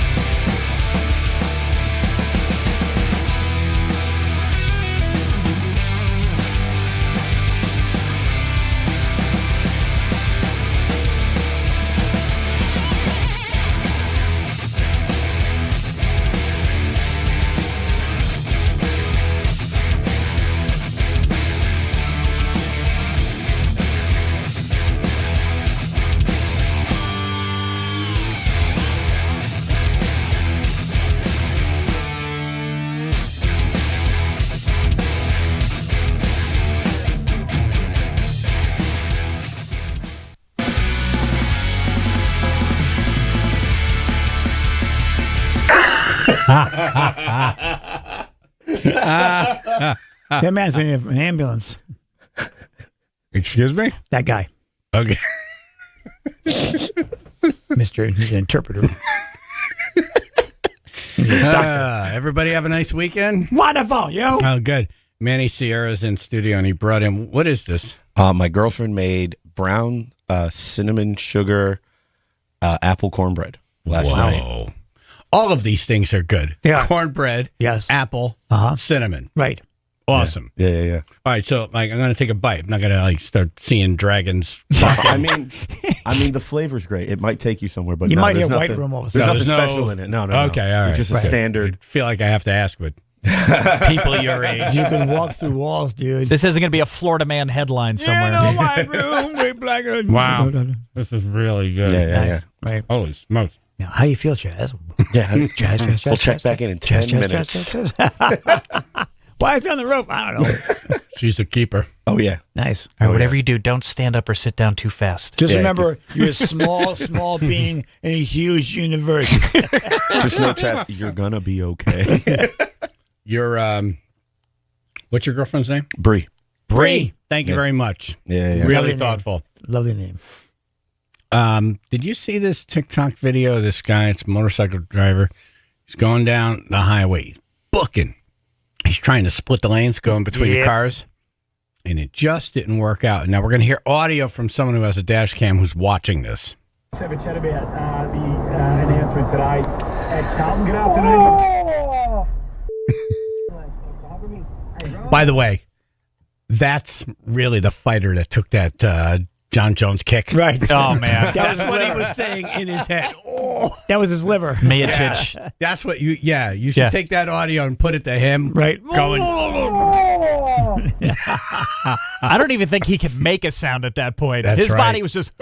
Right. Well, maybe it was just a squeaky escape. One exit sign down below. So this guy ends up, the car starts coming into his lane. Merging, merging.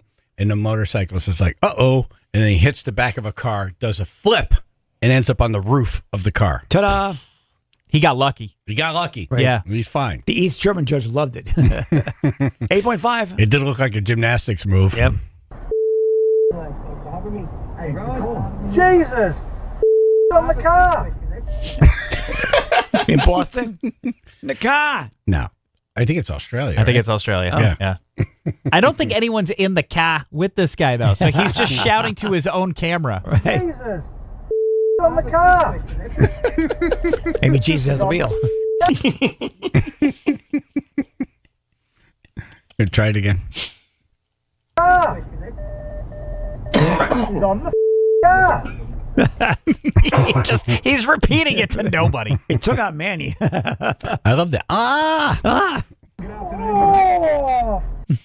Yeah, we got to put that right where the John Jones makes as soon that as the foot connects. spinning back kick. Yeah. It goes down. Yeah. That's what my brain said when I watched it. Yep. And then, this caught my attention last week. We were talking, and Ruth said something about having like the most car accidents. And I know Phil had this run when he started driving, right? Did you wreck a bunch of cars? Really? Yeah, Like 6 cars, didn't you? I won worst driver for my high school superlative by the largest landslide the yearbook community's ever seen. They're like, it's not even close. Like, you just are the worst driver. So I totaled 4 cars. Wow. Totaled. Yeah. Like, they didn't go to the body shop and come back. They were bye-bye. Gone. Wow. It was that guy's liver. Wow. Yep. Yeah.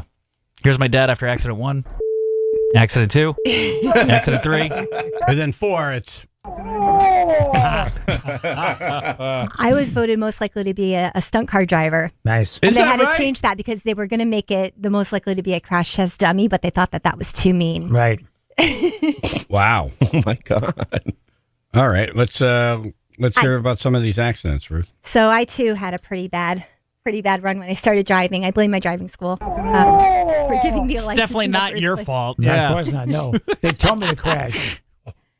I was trying to think back and count. I believe in my first year of driving, I had 4. 1, I totaled the car, and 1 was not my fault. And my dad was really upset because the insurance kept going up, and they wanted to drop me from the insurance. I never understood that. It's like if the rates are going up and you're paying it, why are you dropping me? Seriously, yeah. Right. You're making more money. Yeah. Yeah, once you enter that math where it's like you're going to be just wrecking cars, like get this person out of here. They're going to hurt someone. Yeah. What was the one where you totaled the car? So the one where I totaled the car, I was coming off of the highway and I was trying to like just turn really quick. Route 8? Mm-hmm. All right. Yep. And, which exit? The one in Derby. The Derby exit. Well, it was like 3. Yeah, I know. I'm trying to think. Not Bradley's? Where Bradley's Division was? Street. Actually the one where the bowling alley was. Okay. Where I saw the ghost lady. Wait, so the ghost lady. Yeah. Okay. It wasn't the same night. It was a different time. You didn't write the police report, The did ghost you? lady took you out. Right. Could be. Could be. Ghost lady wanted you to join her. Oh my gosh! Join us. I never made that connection. She was so but you're lonely. so correct. She's like, I need a friend. So what Ruth happened? looks nice.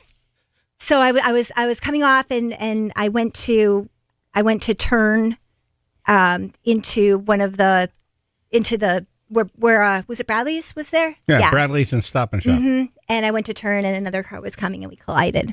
And Oh, so totaled the you car. did an illegal left turn in front of a car. So you broadsided. I turned. So you broadsided Bradley's. Yeah. Jesus. Ah. Wow. Yeah. Did you have to go to the hospital? That one I didn't go to the hospital. The first one that I had, I did only because they called ambulance and they said, "Oh, you should probably go get checked out." And I didn't know. I just thought that's what you do. You get in an accident, they call the ambulance, and you go and you get checked out. I'm like, "Oh, maybe I am hurt." So that's kind of how this all came up. We were talking about this last week. If we ever had ridden in an ambulance. That's right. Yeah, That's but I was thankful I was never injured. I never hurt anybody else. I was just a terrible driver, and I own that. Right. Are you better now? I'm much better now. Okay, good. I'm an excellent Knock on driver now. wood. Excellent driver. Excellent driver, yeah. How about you, Phil? Are you better now? Well, she picked me up for like 2 days when my car was in the shop. You didn't tell me any of this. I don't know. My life was on the line when I was That's not what riding you with say you. to someone when they get in a car. By the way, Right. What's your I've driving wrecked, like, history? 4 cars. How many times has your insurance dropped you? She did drive me to the hospital once. And you're one to talk. Yeah, the two of you Right. crashed Gordon's. Right. The cops would show up and be like, wait a minute. Right. It's Batman and Robin. They've joined forces. Wow. Yeah. Yeah, I you also went to- had some you minor blame- incidents. Hold on. You blamed your driving school? And anyone who grew up in the Valley remembers Jerry's driving school? What was wrong with Jerry? Yeah, what happened? I didn't learn much. Yeah. He once picked me up hitchhiking with a friend of mine. Yeah. He had a student driver driving the car, and he told the student driver to pull over and pick us up. Wow. Wow. Is that rule number 1? Don't pick up hitchhikers? Yeah. All right, pull over here. Don't hit the pedestrians. Right. I know them. You're not supposed to do this, but pick them up. I just remember watching a lot of videos from like the 70s of how to drive. Oh, they don't age well. Mm-hmm. Blood on the highway. Almost the second they release them and you watch them, it's like, these didn't age well. No. All right, call in. Who's been in the most or worst car accidents? No death. Right. Yeah, we don't want to. No. It's Monday. Harsher buzz. Yeah. 203-882-9757.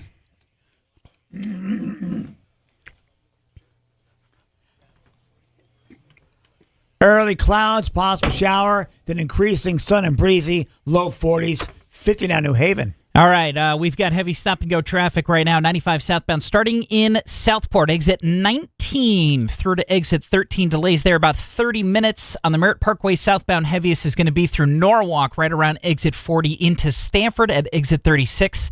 Delays expected there over 25 minutes. This traffic report brought to you by Velo Airlines. Did you know you can fly nonstop on Velo Airlines from New Haven and Hartford to almost 30 cities, including Jamaica and Mexico? Say goodbye to layovers and hello to hassle-free travel with everyday low fares, reliable service, and no change or cancel fees. Book your trip today, aveloair.com. That's your Chaz and AJ Connecticut Lottery traffic. Car Beauty and Company Realtors. The best. Really, truly. I was on the phone with Jonathan Saturday. Okay. Because I'm looking at Jonathan gets properties, and before they go on the market, he helps the people that have been looking for a while that are under his umbrella. Right. So if you've been having a hard time finding a house because you show up and there's like 80 offers, the worst, all cash, over asking, Talk to Jonathan Carbuti. He might be able to help you find something before it even comes on the market. But I was talking to Jonathan about this house on Saturday when he's having his son's birthday party. Oh, wow. Like, this is the kind of service this guy never stops. No, he does not. He's like John Jones. Yep. You know? Yep. Just spinning kick. Exactly. Boom. Good night. Good night, competition. Yeah, Carbuti and Company Realtors. You want to get the most for your house if you're going to sell it. That's one. Yep. You don't want to leave it in the hands of anybody. No. Oh, yeah. Let me just put a sign here. Then I'll see you when the commission check's cut. Nice face. Yeah, no, sure. Right. No, I don't think so. No, you want a company that's going to market the house, that's going to earn every penny, going to get you the most amount of money and give you the best experience. CarBeautyRealEstate.com. And it all starts with a call to Jonathan himself. You start with the man on top. 203-980-6886. That's 203-980-6886. Or Google CarBeautyRealEstate.com.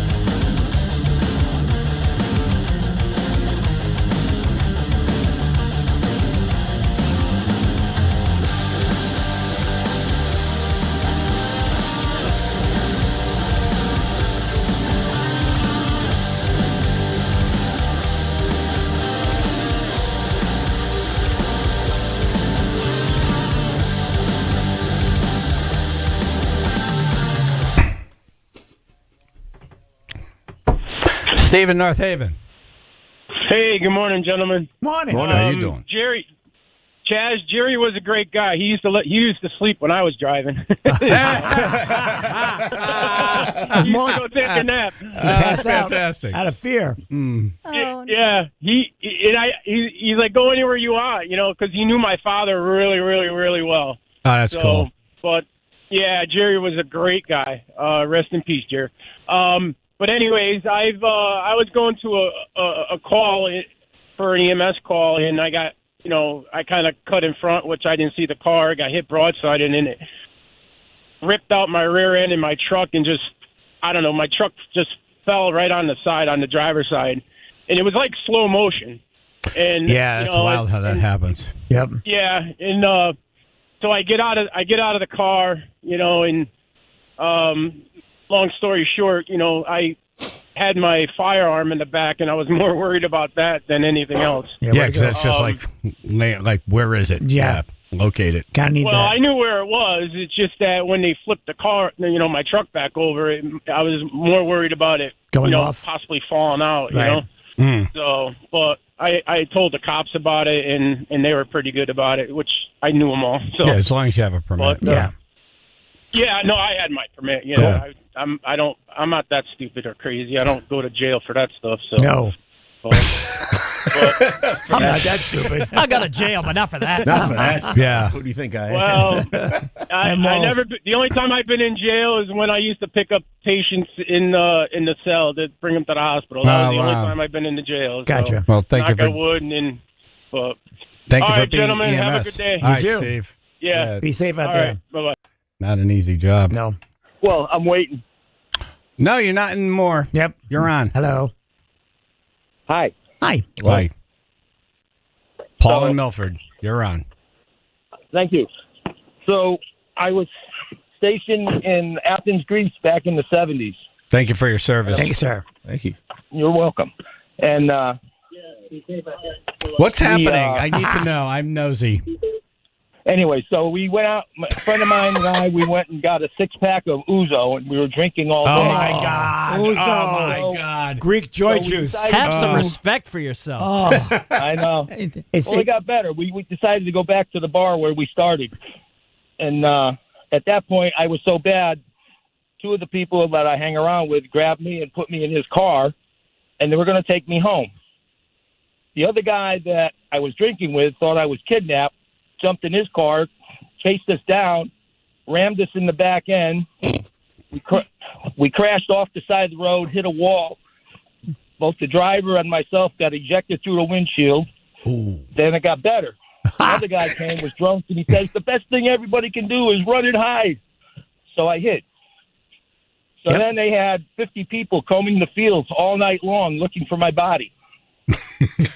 And I came to at about 6 o'clock in the morning. Didn't know where I was. Well, they never found you. That sounds like an Ouzo story, right? I never found. I crawled under a bush. Where there was a bush that the branches came down. I crawled underneath and was hiding in there. Right. Wow. So then I woke up, found my car. Don't know how I did that.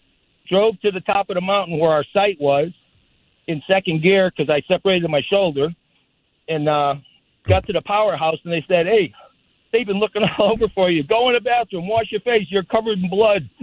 So I almost lost my eye, had a separated shoulder. Wait, you almost lost your eye? Wow. Separated Had shoulder. 40 stitches in my head from going through the glass because it was European glass. It didn't shred like ours does. Oh, no. Oh. So anyways, I survived. You did. Okay. I like your friend's thought process. He's been kidnapped. I should kill both of them. I must rescue him. If I can't have him, no one can. Yeah, we were doing about 30 on the road, and I think Czech was doing about 70 when he caught us. Oh. Oh, my God. Damn. Yeah, I have pictures of all the cars. It was a trip. Why would he think you were kidnapped? We were very drunk. Ouzo. Okay. Ouzo. Ouzo creates the does Greek strange mafia. things to you. Ouzo will mess you up. Yeah. Yeah, it's not something you want to have a lot of. It's No. like an after dinner. Right. One Yeah, and these done. were like Yeah, don't drink the whole bottle like we did once. Yeah, they had these like little 10-ounce bottles, and we bought 6 of them. We drank 3 each. Bad idea. Such a bad idea. It's a miracle you still have brain It's function. got the word in a lot of ways. It's got the word ooh in it. How far did you fly in the air when you left the windshield? When you went through the windshield? They estimated I went about 20 feet over the wall. Wow. Unfortunately, I missed the wall. Nice. Wow. You cleared it. That's pretty good. Goal. The guy that was driving hit a tree and had a piece of wood go into his head and just missed his brain. Oh, my God. Is he still alive? Yeah. You have a nickname? His name is AJ. Not Head. He's a branch manager. Hey, thank you for taking my call. Thank you. Yeah. Be careful out Thank there, you, I don't brother. get to tell my story too often. Yeah, be careful Yeah, out there. thank you. I'm glad. Seriously.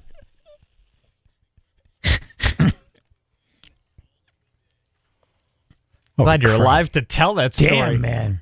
Glad And we everybody's can alive. understand what he's saying. that could have easily been just a bunch of sounds. Like, I don't know what you're saying. Yep. But I'm sure this story's good. We're talking about who had the most or worst car accidents. No death. 203-882-9757. Dave in Cheshire. Good morning, guys. Hey. Morning. Yeah, I want to nominate my daughter. So she hit a car coming off the Merritt exit, and that car hit a police car. And when the cop went to her window, she was like, "Wow, you got here quick." Hell of a hit. Yeah, runner up is she totaled her rental car in our parking lot at our condo. She hit another car, and her car count I think is like 6 or 7 totals. Wow. Damn. Yeah. Is she still on your insurance? No. As soon as she turned 18, she got her own insurance. Right. Yeah, I'm not. I helped her pay, of course. A lot of times I bought a lot of cars for her, but she's 33 now and hasn't wrecked a car in a few years. Well, actually, I take that back. She did wreck 2 cars within 6 weeks one time. Wow. Oh, my gosh. Total, I feel like yeah, you've got a she's, whiteboard at home. It's been X amount of days. I actually lost count of how many cars. Yeah. She flipped a friend's car and ruined that car. Wow. So, yeah. And Fun some having people, daughter. they're just not meant to drive. Right. Is your daughter's name Ruth? Yeah. When is she on the road? I'll make sure I'm not on the road. Yeah. Yeah, she's a hazard. Wow. All right. Well, fingers crossed. Yeah. Thanks, guys. All right. Thank you, Dave. All right. Well, there was a massive fire in Shelton. And did that ranting Cheshire teacher say anything in the full interview with Dennis House that we need to know? Dennis House up next.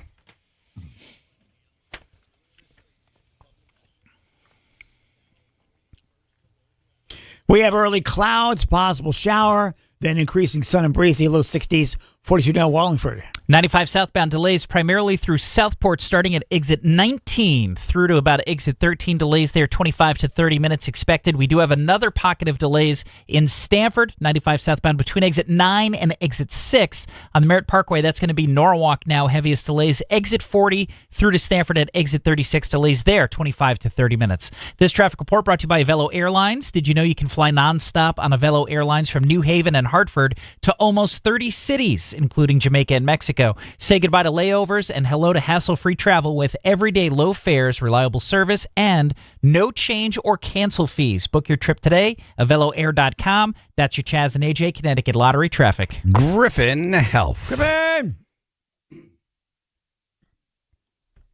I was born at Griffin Hospital. Nice. I have an attachment to that place. Yeah. I'm just so proud, too, that they've come so far. It's a great place. Oh, my God. Very tranquil. Jennifer was there for some reason, whatever, doing something. Right. Recently, I think visiting. And she walked into the cafeteria. She's like, "You're right. It looks like a restaurant." Yeah. Like the whole vibe is great. Good eats. Diabetes is serious. Yeah. Chronic disease affecting millions. According to the American Diabetes Association, approximately 25.8 million children and adults in the U.S. have diabetes, 7 million of whom are undiagnosed.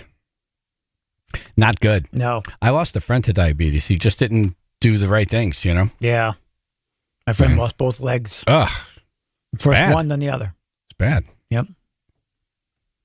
It's a silent killer. Type 1 diabetes, often diagnosed in children, requires lifelong management. Type 2 is typically acquired in adulthood and can be preventable with lifestyle changes. Visit griffinhealth.org/Chaz, CHAZ. Don't know why they're using my name for the diabetes one. Right. Manny almost spit his coffee They out. heard the treat in his head. It's like, all right, we're going to put his name on this one. Right. griffinhealth.org/Chaz to learn more about how to take control of your health and live well with diabetes. Or you can call 203-732-1369.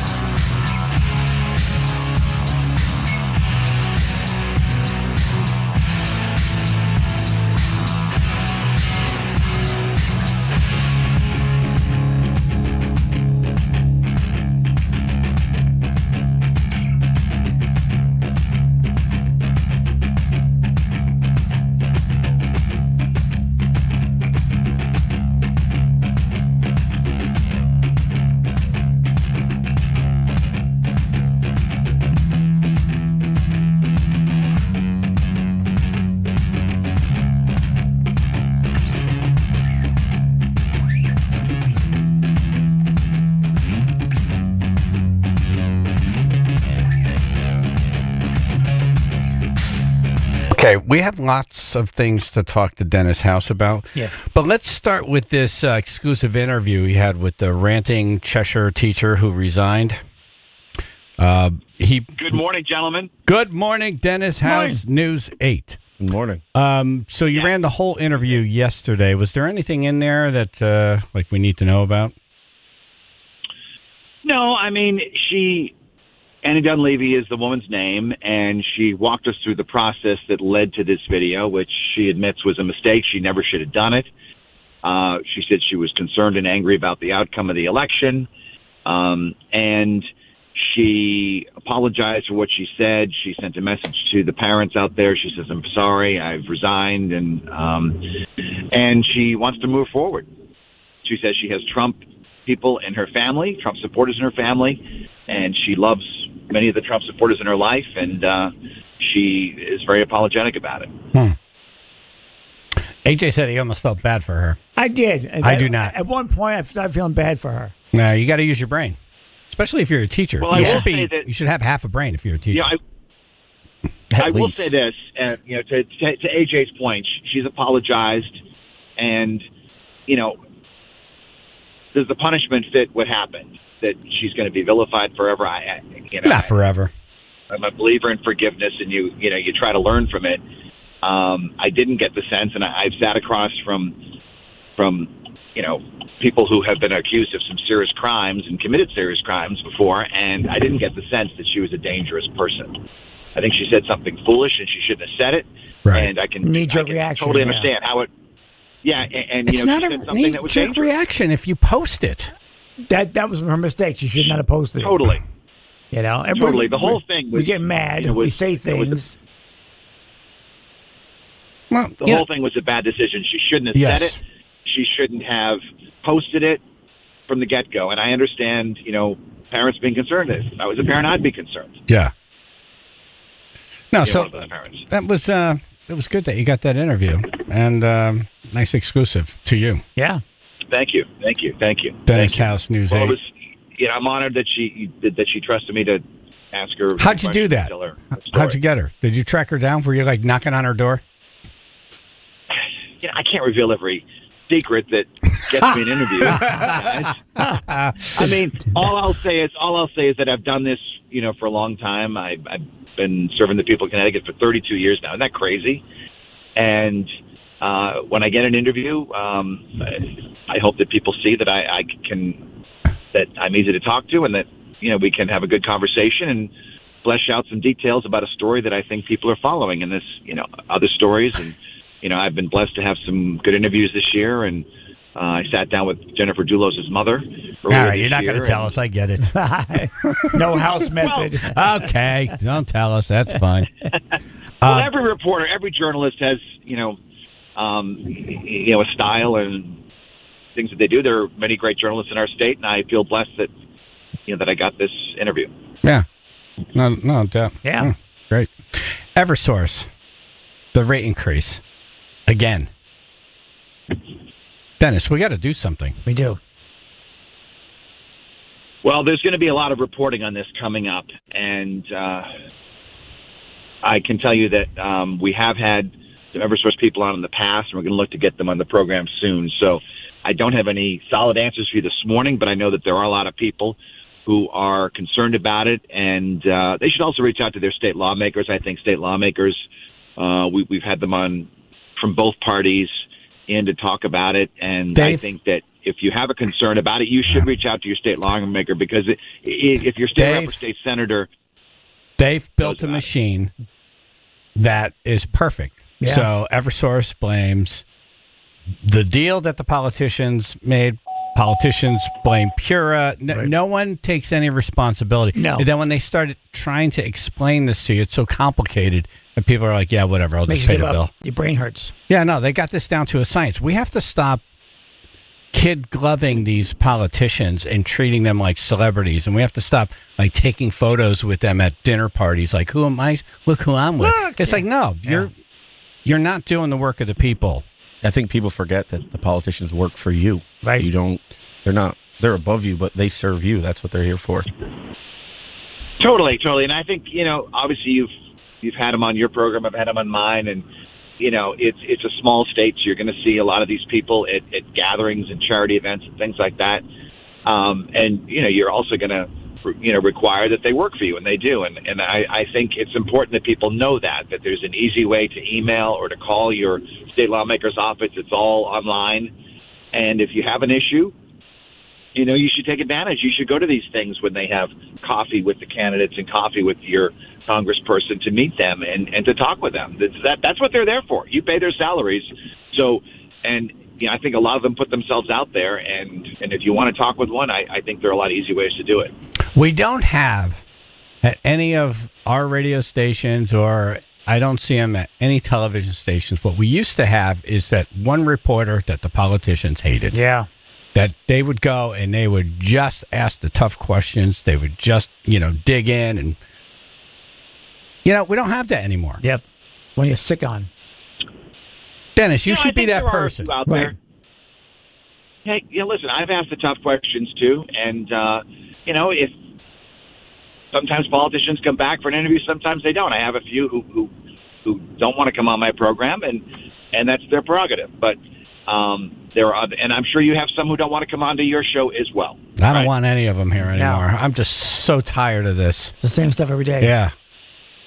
Well, I will say, though, but it's incumbent upon us to ask those questions. And so if you never sit down with anybody, you never give anyone an interview, you never talk to anyone, you're never going to get any answers, right? Yeah. And I think it's important to ask those. And, there are journalists who do ask the tough questions at news availabilities, at news conferences, during interviews. So I think that, by not talking with them at all, you're just not going to get an answer because you're not going to get a question. Yeah. Well, if you're not getting truthful answers, then what's the point, really? Exactly, right? Exactly. But Dennis House News 8 is on. Did you see the Tyson fight Friday night? I did not.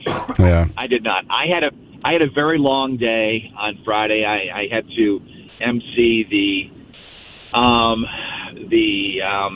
Jan Hurley, Archbishop of Hartford breakfast. I was there. Oh, okay. I did the 11 o'clock news on Thursday. I came home, slept for a few hours. I was at that place at 7 a.m. Oh, this is a no. Yes. Yeah. This is a no. And I also did a little hit with your AM counterpart at the Connoisseur family. Oh, good. Cool. So I was up very early on Friday, and so I did not see it, no. I went to bed early Friday. Did you watch it at all? I watched parts. Yeah. Yeah. Got the highlight reel. Yeah, no. It wasn't on my bucket list. Right. It wasn't, you didn't miss anything anyway. So. Unfortunately. Right. All right, Dennis. Thanks for coming on. Appreciate you. Dennis House, News 8. All right, and a quick shout out to your crew at the box. They were amazing. Oh, yes. Good folks. Yeah, and we randomly picked a song that the tribe has been calling in for years to be the AJ song in the box. Yep. Tiptoe Through the Tulips by Tiny Tim. But you took it. Do you have that is clip? An annoying song. It got you because we played you on the air shortly after you got out of the box. Phil is looking for it right now. Dennis House. I looked like ragged. In the battle of the box. A little disheveled. Well, I have this from before you went in. It's 2 hours. How bad can it be? All those things. Yeah. Do we have the clip? I'm looking for it. Okay. All right, Dennis. Thanks, man. All right. Okay. See you guys. Thank you. Dennis House, News 8. Nothing phases him. No. He's not the human. Yeah, well, you've been doing news for 32 years. There's probably just nothing that gets you. No, we got him with that song. We just needed the clip. Yep. All right, let's get you going on a Monday morning with Candlebox. Toe Tapper. Yeah, 99.1 PLR. Chaz and AJ in the morning.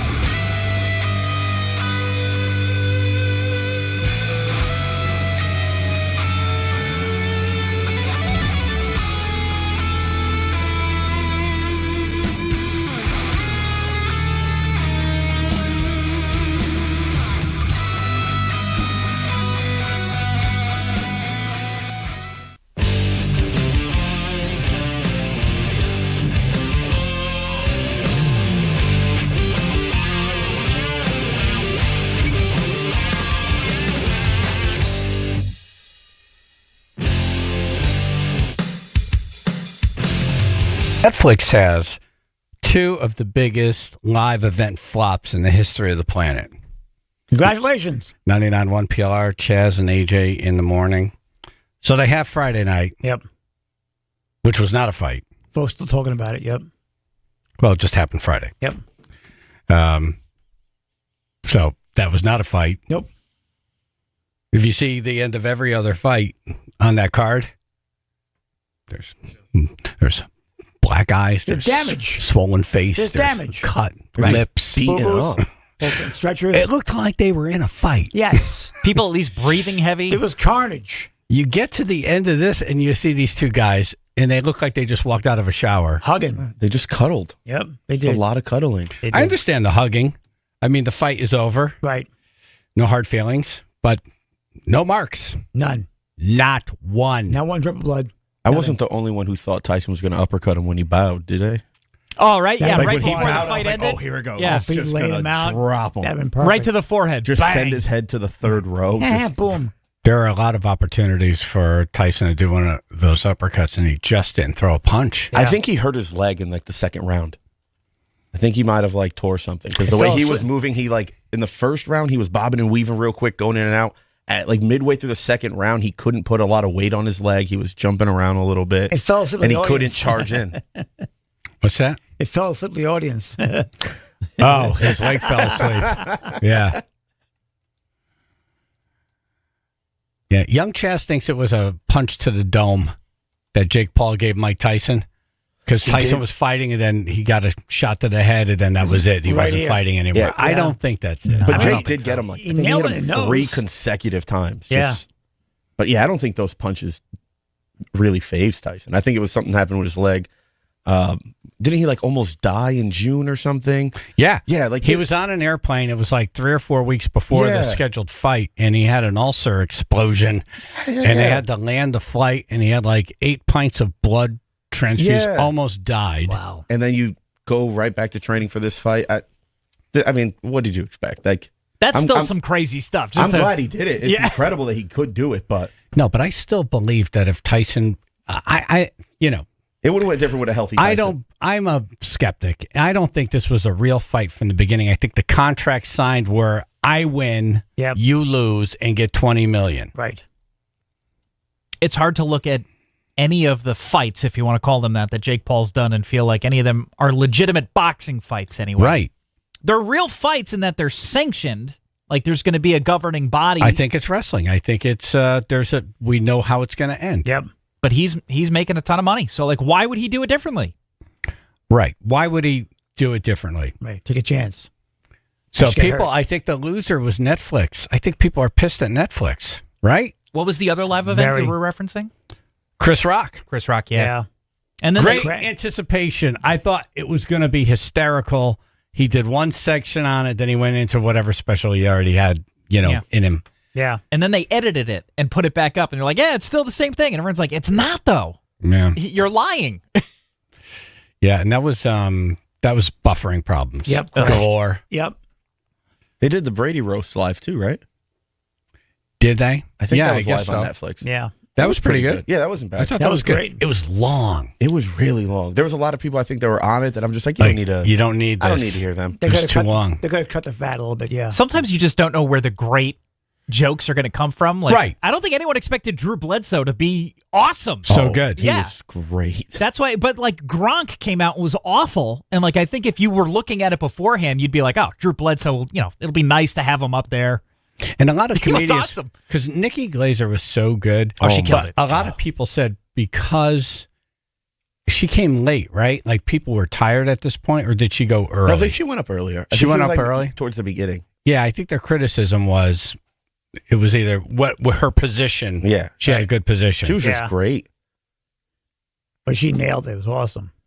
Another horrible live event. Now, some people won't remember this one. Horrible live event. Geraldo Rivera opening up Al Capone's vault Oh, my live God. on television. Yep. They ran promos on this forever, and you thought there was going to be something inside. And Something. They opened the vault, and there was an old license plate and an empty jug. Yep. And A dead rat. what? And the Not thing even. to do right then, you got it. 2 hours of network time scheduled. Yep.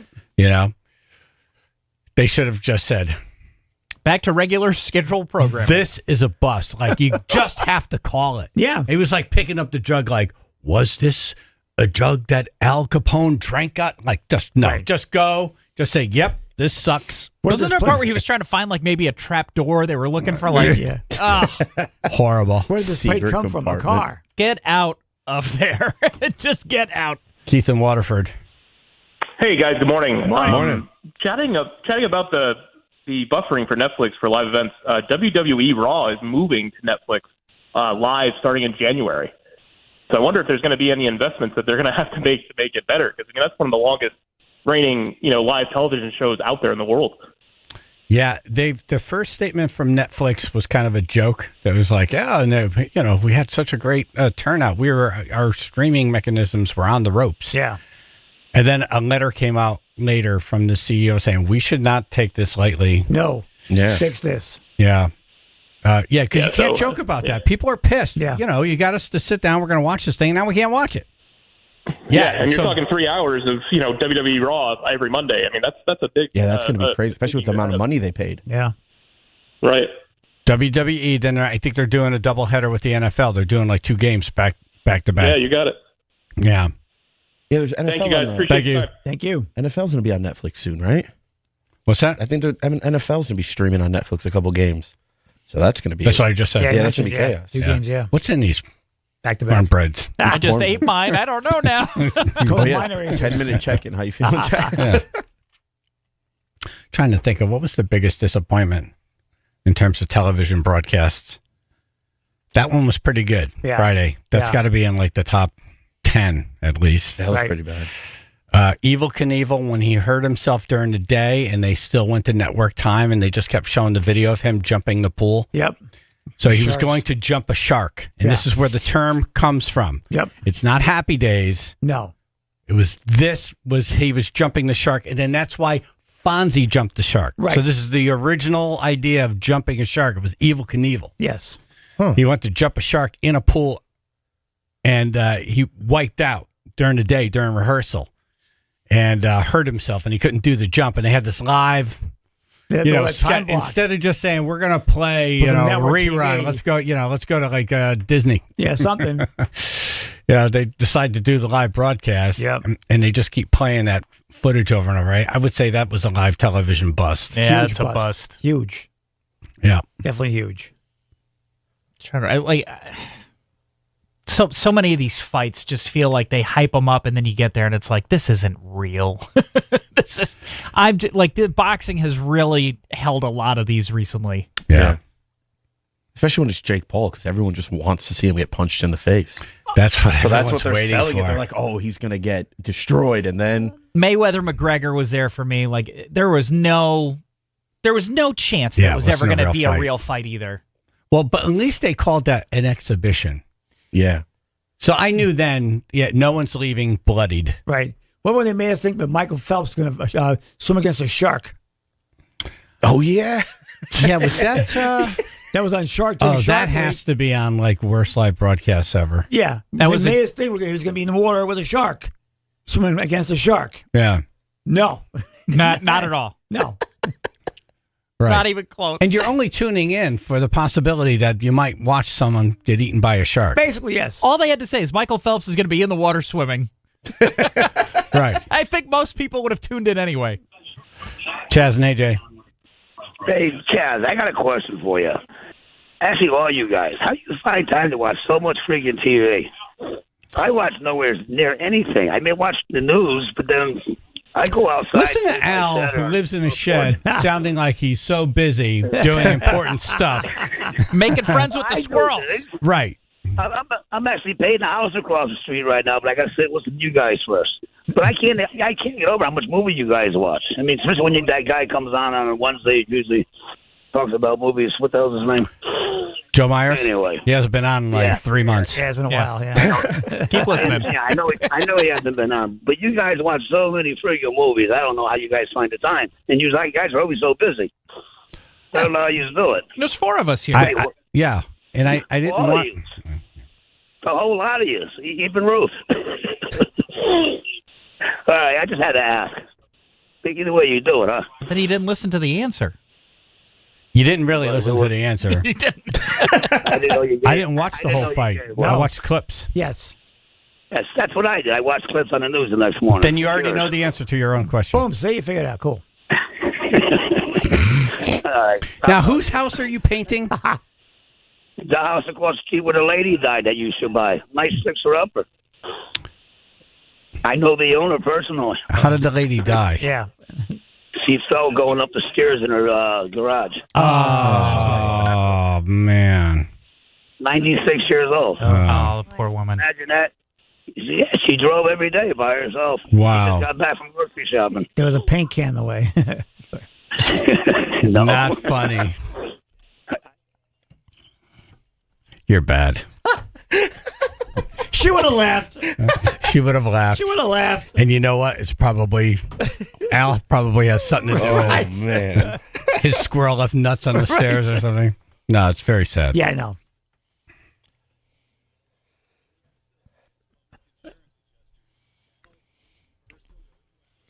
Early clouds, possible shower, then increasing sun and breezy, low 60s, 50 now in Brantford. We have a new accident reported in Meriden. This is blocking the right lane 15 northbound, approaching exit 67. Multiple vehicles reported there right at the 91 and 691 merge. Again, 15 northbound at exit 67. Right lane currently blocked. We've got delays reported about 40 minutes trying to get by. This traffic report brought to you by Mothers Against Drunk Driving. For victims of drunk and drug driving, your grief is unique, but you are not alone. You always have a place at MAD. Call the 24-hour victim helpline, 877-MAD-HELP, or visit mad.org. That's your Chaz and AJ Connecticut Lottery traffic.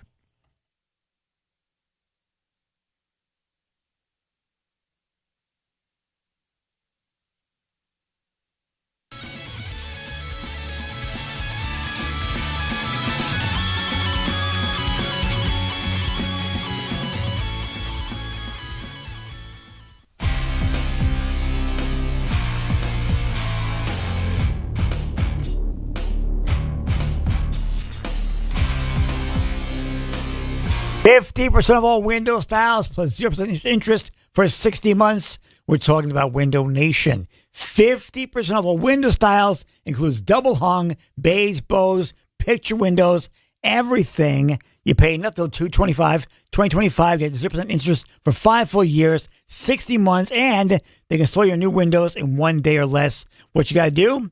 You call 866-90-NATION. 866-90-NATION. Go to windownation.com. Windownation.com. They can schedule and tell them that Chaz and AJ sent you. Yeah, this would be the time to do it. Yep. You see, Eversource is going up. Oh, everything's going up. Do it. This is the way to save on energy costs. Hurry.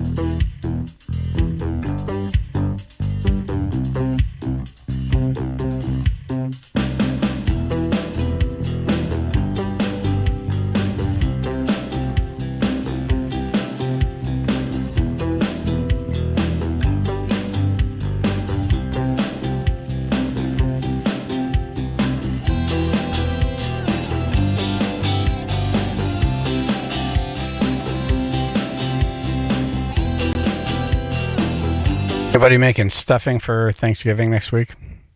I haven't done turkey in a long time. Yeah. You could do stuffing without turkey. You can. Yeah. When I fill up my Thanksgiving plate, I put turkey on there just so there's turkey on there. That's but it's formality. really mashed potatoes, stuffing. Yeah. It's what's around it because turkey really is not a great meat. It's bland. There's no flavor. Yeah. It's the unsalted saltine cracker of meats. It really is. It's a loose leaf paper of foul, basically. It's unfrosted Pop-Tarts. It is. Trust me, the only reason we're eating this on Thanksgiving is because there weren't any cows walking around the original Thanksgiving. Every year I'm like, you should have let If it there live. were, we'd be having steak. It'd be like, here's the traditional meal. You should let it live.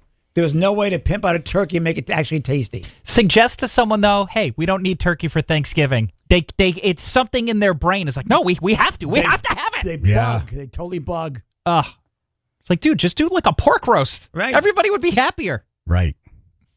Pizza. Boom. Done. Well, lasagna. I bring lasagna. Yeah. And, Jennifer's mother brings ham.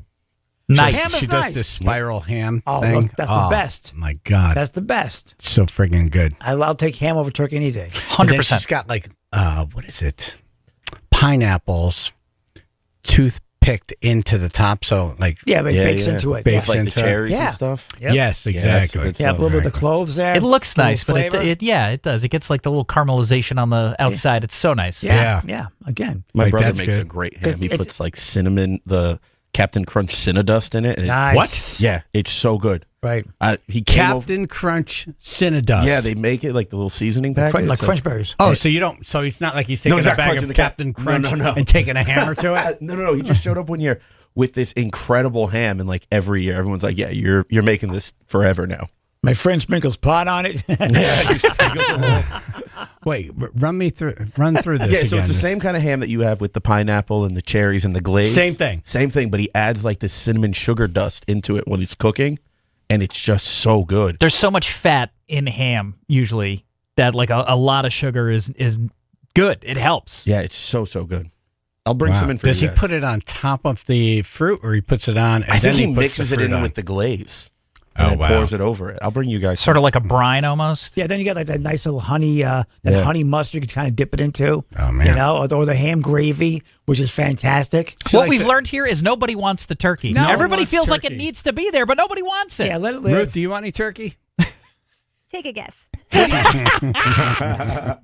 You like that tofurkey? What do you eat for Thanksgiving? Well, just like you said, The all sides? the sides, All the other stuff. all the good stuff. The Well, green you can't have beans. mashed You know? potatoes if there's butter in there, right? You can use dairy-free butter. Yeah. All or right, so you have to salads make or- all your own stuff. You can't go over to someone's house because Oh, my mother-in-law always hosts Thanksgiving, and she's She very does all sweet, that for and you. she'll either use like Earth Balance or Can you one tell of the difference though?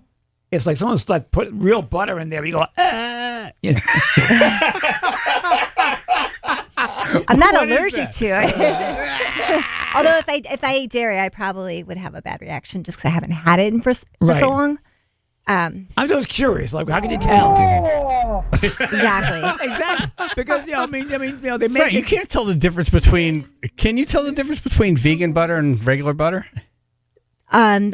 I know people that have had both that say that they can't. It's been so long since I've had. We would have quote to unquote taste. real She can't butter. do it. We would have to you try would have both. to do it. I've had the Impossible Burger, and honestly, it's impossible. But how do you know your mother-in-law's even doing this? Right. You'd be like, There's yeah, a lot of whatever. trust. Just tell her. Right.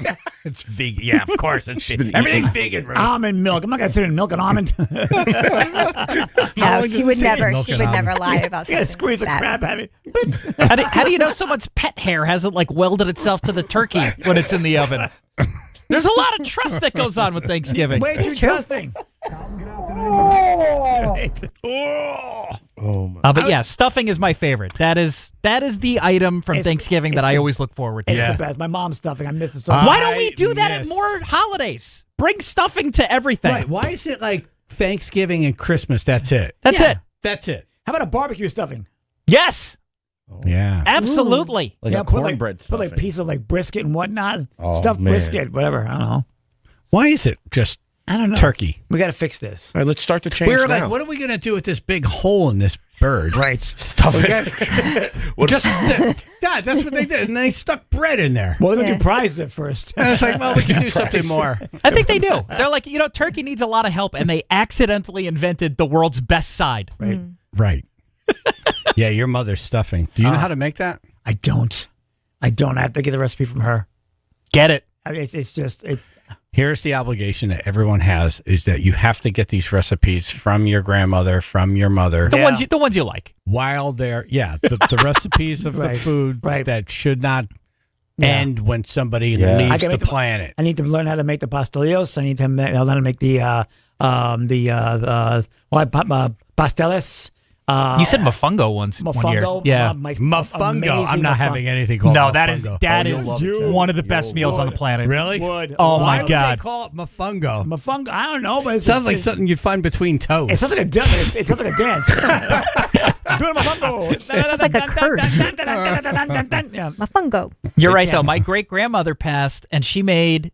I can't eat Anisette cookies anymore. Nobody makes them the way my great-grandmother did, and nobody's got the recipe. Right. I wish I had it. I'd make them all the time. I wish I spent more time in the kitchen with my father. Yeah. He made about 8 things that I've tried. I've gotten close, but I can't Something's nail different. It. Something's different. My grandma used to make this really, really cool grape drink. She called it Chaz.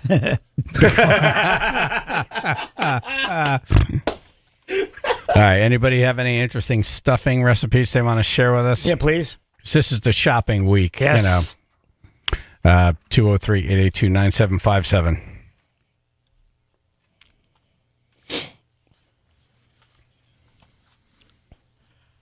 Early clouds, well, that kind of dissipating right now. So we have more sunshine, breezy, low 60s. I think they're gone. Yeah. Look outside. Yeah, it looks awesome right now. Looks great here. But maybe it's dissipating by you. Maybe where you are. You never know. If you have clouds where you are, they're going to dissipate Could soon. be a fire, exactly right. But sunshine, Mofongo. breezy. Mofongo. Low 60s. 50 now, West Haven. Yeah, we're still looking at delays through Meriden. This is 15 northbound as you approach exit 67. Reports of an accident involving multiple vehicles. It's right at the 91-691 merge. The right lane is definitely blocked, and we've got delays over 40 minutes expected right now. This traffic report brought to you by Avelo Airlines. Did you know you can fly nonstop on Avelo Airlines from New Haven and Hartford to almost 30 cities, including Jamaica and Mexico? Say goodbye to layovers and hello to hassle-free travel with everyday low fares, reliable service, and no change or cancel fees. Book your trip today, AveloAir.com. That's your Chaz and AJ Connecticut lottery traffic. K&J Tree Service. Oh, yeah.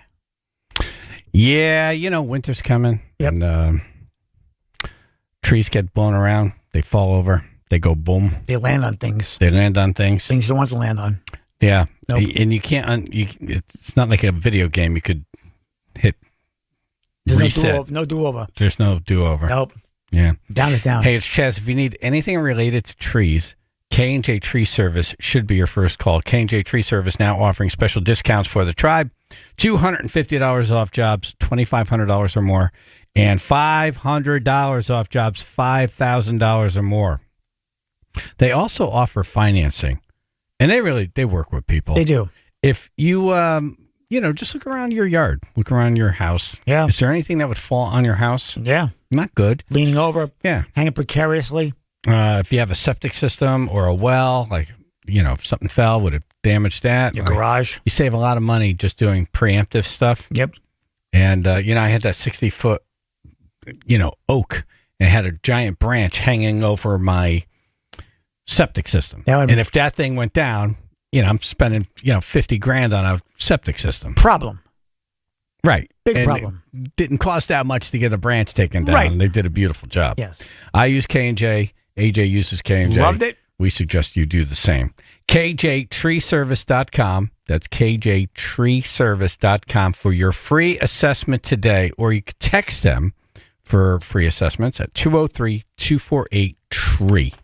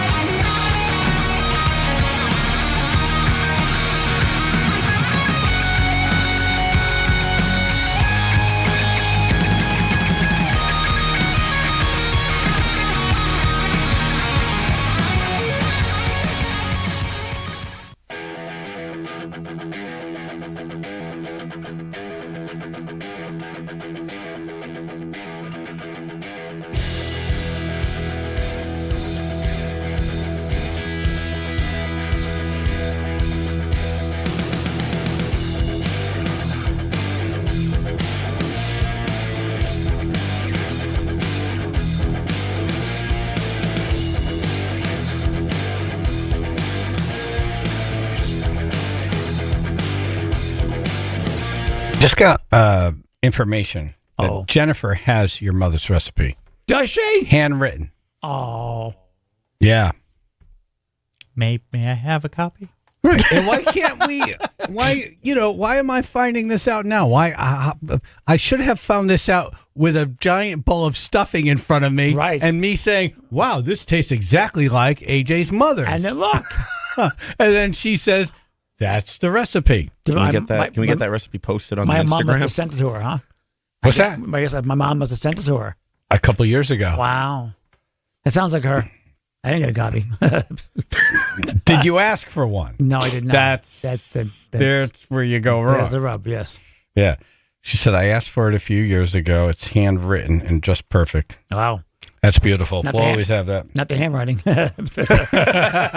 My mom writes like hieroglyphics. It's like a cave painting. Yeah, who filled this out? Muhammad Ali? It's like a cave painting. We got a lot of calls coming in with some stuffing ideas for Thanksgiving. But we got Jerry from Encore by Goodfellas on the phone right now. Jerry! Jerry! Good morning, gentlemen. Good Good morning. Happy week before Turkey Day. That's right. Yeah. We're all gearing up here. The calm before the storm. So right now, people are thinking, oh, my God, I got to go shopping. I need this. I need that. I'm going crazy. Everybody's doing everything. Listen, stuffing is very easy and very simple, especially for me. But let me tell you what you need.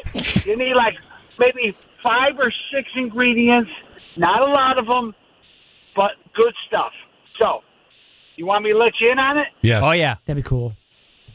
All right, here we go. You need about a half a cup of chopped onion. Then you need a half a cup of chopped celery.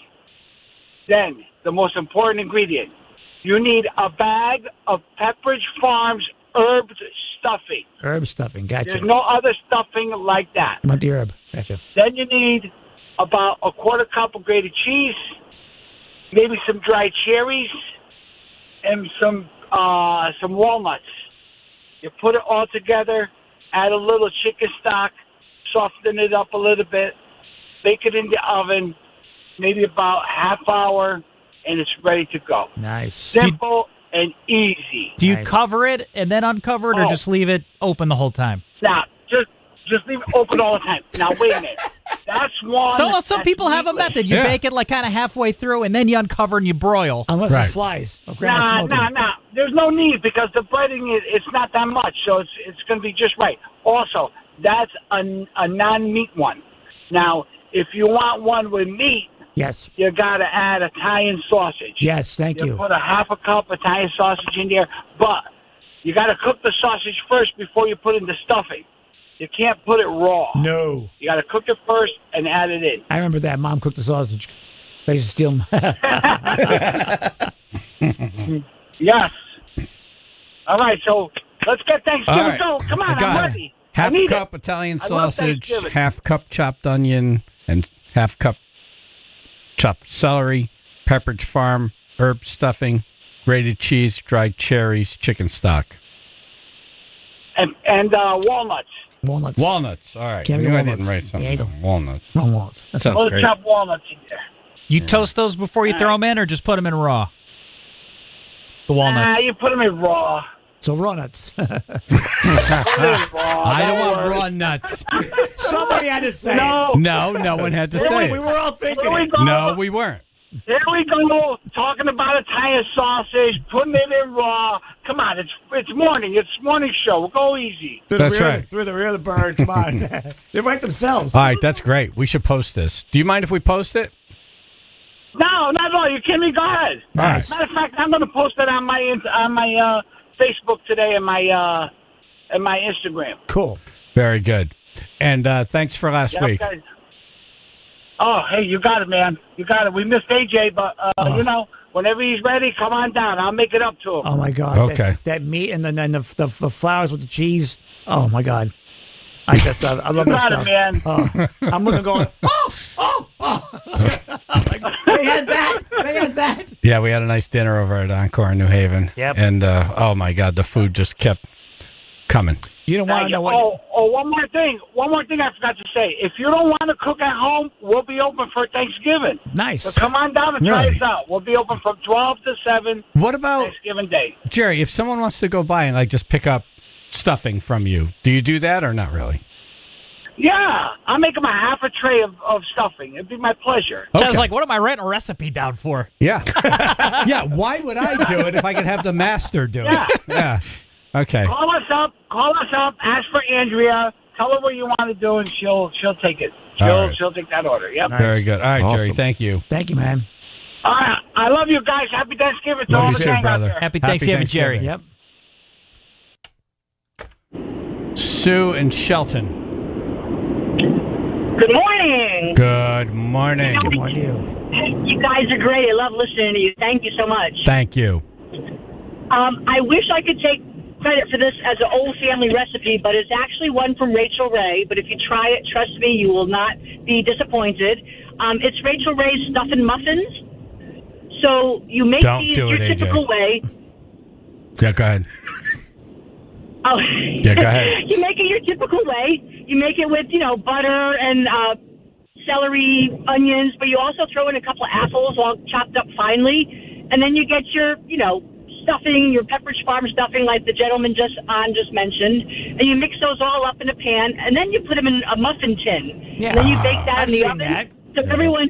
Little oh, portions, yeah, it's so good. It's So good. So everybody gets their own little crispy muffin, with it's delicious. And ever since I made those, now the family insists on them. And what's good about these is you don't need a turkey, so you can make them however you want. You can have them with pork, with ham, anything that you want. So definitely good. If you Google it on foodnetwork.com, just look up stuffing muffins, and the recipe will come up so you can get the exact portions. But you won't be sorry. It's amazing. Yeah, it's great. That's awesome. I've had those before. Really great. Yeah, they're so no, good. but you could just take Jerry's stuffing and put them in a muffin. Put them in a muffin tray. Nice. Right. Yeah, So exactly. Yeah, just try a muffin tin, but it's awesome. Give it a try. Awesome call. Thanks, Sue. Thanks. Happy Thanksgiving. All right, you too. And the size is great, so you have more room on the plate for everything else. I behave. That's right.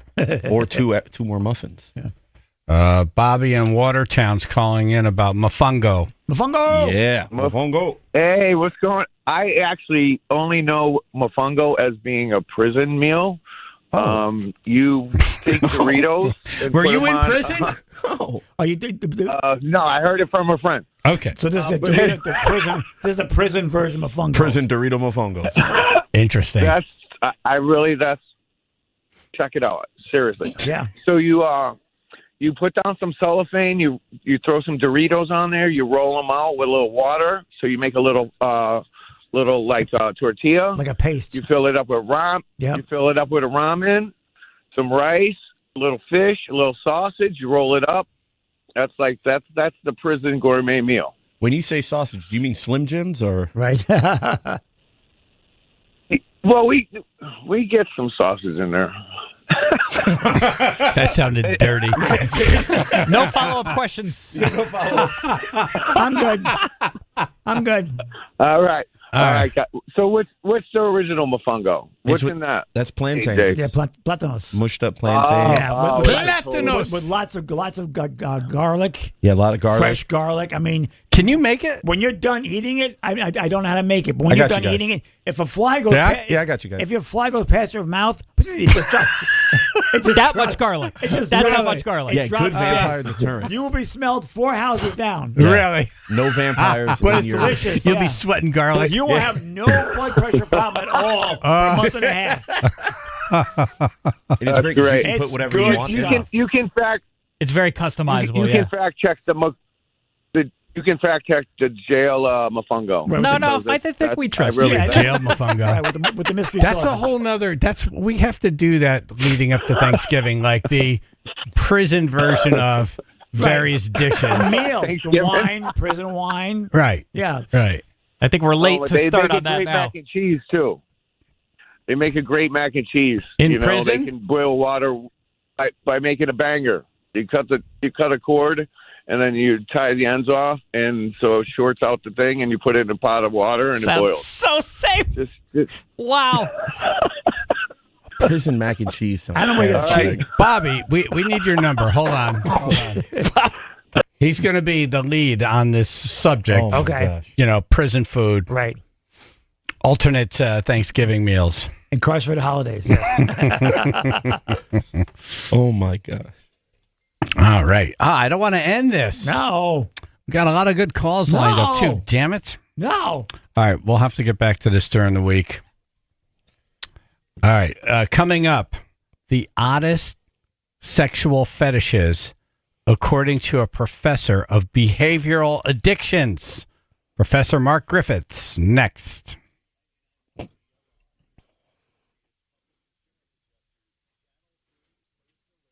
And the sun will return, and it'll be good. It's out now. Breezy, low 60s, 50 now, Woodbridge. Still dealing with this accident in Meriden, 15 northbound, approaching exit 67. Right lane still blocked, at least seeing reported here. Multiple vehicles involved in an accident there right at the 91-691 merge. Looking at delays now about 15 to 20 minutes trying to get by. This traffic report brought to you by Medicare.gov. An official message from Medicare. This year, they're comparing all their options during Medicare open enrollment. You don't want any surprise. Visit Medicare.gov. Open enrollment ends December 7th, paid for by the U.S. Department of Health and Human Services. That's your Chaz and AJ Connecticut Lottery traffic. The Stefano Brothers Concrete Coatings. Beauty. This is a real nice thing to do right before Thanksgiving, and you could probably get it done. Let's see, Thanksgiving's next. Is it next week? It's next week. Week after, yeah. Yeah, okay. It's a couple days. It only takes them a day to do it. Yeah. So, like, I think if you called them now, certainly for the Christmas and Hanukkah all set thing. Yeah, yep, no, not a problem. Yep. And they could probably get you in for Thanksgiving if you wanted to, use the garage as overflow. Right.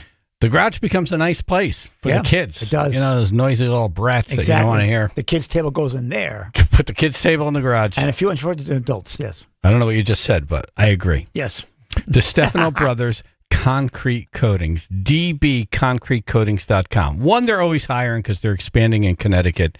So they're looking for you if you're a good worker. Yep. And you want to work for a great company. But also, they do these floors. They're beautiful. I love my floor. It still looks brand new, by the way. It does. And they do it in a day, sometimes two, most times one. 860-608-7167. That's 860-608-7167. Or visit dbconcretecoatings.com.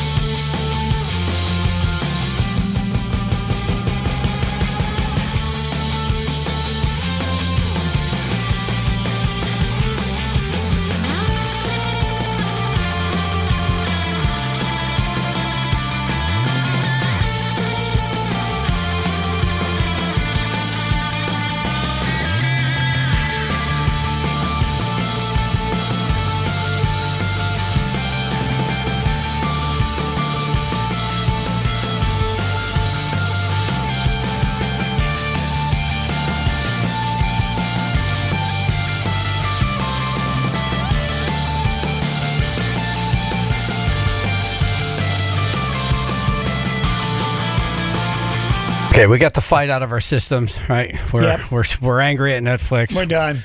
We're not happy with Jake Paul. No. Again. But the Saturday night fight, that John Jones, that spinning back kick. Yep. Brutal. Debilitating. Took that dude right out. Into retirement immediately. He probably still feels it. Yeah, right. He got up and He's like, I was able to talk. He said, I'm retiring. This is it. My liver can't take anymore. And when Trump came out, that place went bananas. It did. Bananas. It went like a badass crew of people like him, which, if you've been watching, there's almost like this other WWE, but real story arc of him, taking on everything. Yeah. Bullet, various court cases. A lot of stuff he took on. Yeah. Yeah. So he comes out with Kid Rock and Elon Musk and RFK Jr. and pretty badass moment. What a motley crew of people. It was a motley crew of people. Right? It's just crazy. We all drove the same car. Yeah. It was a great car. Okay. Ruth has a name for our Thanksgiving prison meal segment. Ooh. Shanksgiving. Nice. Isn't that perfect? Thanksgiving. Look at that. All right, we're going to work on that. Nice. Is this a bad movie you've seen somewhere on the Sci-Fi Network? Should be. I'd watch that. All right, and if you're a sexual weirdo, call in right now. 203-882-9757. Because Dr. Mark Griffiths is on now, and he is going to talk about some of the oddest fetishes that he has come across in his career. He's got a book out called Sexual Perversions and Paraphilias. Paraphilias. Para? Right. Hey, Doc. That's two philias? Hi there. How you doing? I'm not doing too bad. Good morning to you all. Good morning to you. Sir. Yes. So what's your book about? So it's an A to Z of, hundreds of paraphilias that I've written about over the last 12 or 13 years.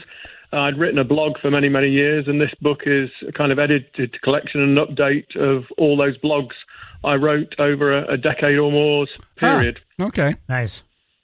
What's a paraphilia? So paraphilia, in very simple terms, it's a very kind of uncommon type of sexual expression. People might use the word sexual deviation or sexual perversion or a disorder of sexual preference. And we're really talking about people who have sexual arousal to something that's unconventional or what we consider a non-sexual stimulus. Like what? Like a dresser? Or Well, it can be an inanimate object. It can be a part of the body that isn't usually considered a sexual organ of the body or something that people perceive as sexual. I'd say the very first case study I ever published back in 2013 in the Archives of Sexual Behavior was a very unusual case of an American guy who was sexually attracted to flatulence. Oh. So that's called a proctophilia. So that's probably one of the a ploptophilia? Sorry? A ploptophilia? Eproctophilia. Oh. Like proctologist. Yeah. Right. Oh. Yeah, eproctophilia. So it's... I honestly thought, I wrote a blog and I couldn't believe how many people wrote in saying, I can't believe an academic has actually got a name for this or that other people existed. And in fact, then there's actually something called the Gassy Forum out there on the internet, and we recruited 8 proctophiles and talked to them about their paraphilia. But it's one of those very strange ones that, people probably thought surely this can't exist. But it does exist, and there seems to be dozens of people around the world that are into that kind of stuff. That's weird. It's almost like God was on the assembly line. He's like, you know what? I got to take a break. I'm going to take a run. You take over for a minute, AJ? Right. It's like, oh, wait. Oh, wait. Did you say foot fetish? I'm sorry. They have fart fetish. Fart fetish, right. Sorry. Got the wrong one. AJ, what'd you do? And he's just laughing. Yeah. Right. Yeah. Go to Taco Bell and find out. So weird. Find your soulmate at Taco Bell. Doc, is that the weirdest one? Well, I don't know. It's the weirdest one. I mean, it's the one that when I first published, it just went around the world on the internet because people just couldn't believe it. I mean, I've also published four scientific papers on something called dacrophilia, and these are people who are sexually attracted to crying. And again, we did interviews with people. We went on an online forum called the Crying Forum. And interestingly, this one seems to be, most paraphilias are very male-dominated, but dacrophilia seems to be as many females as males who are into dacrophilia, but they do seem to be different types of dacrophile.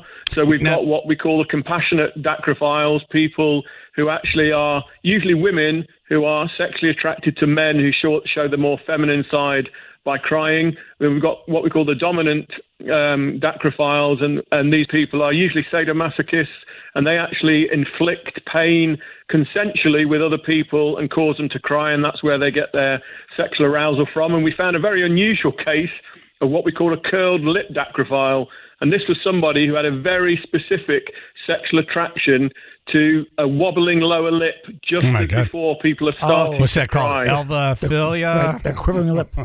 Presleyphilia? Right. Wow. A quivering lip. Wow. Yeah. Okay. Turns them on. What do you think? It's just like it's crossed wires, right? Well, no, I don't think it's about cross wires. I mean, most paraphilias are rooted back in childhood or early adolescence.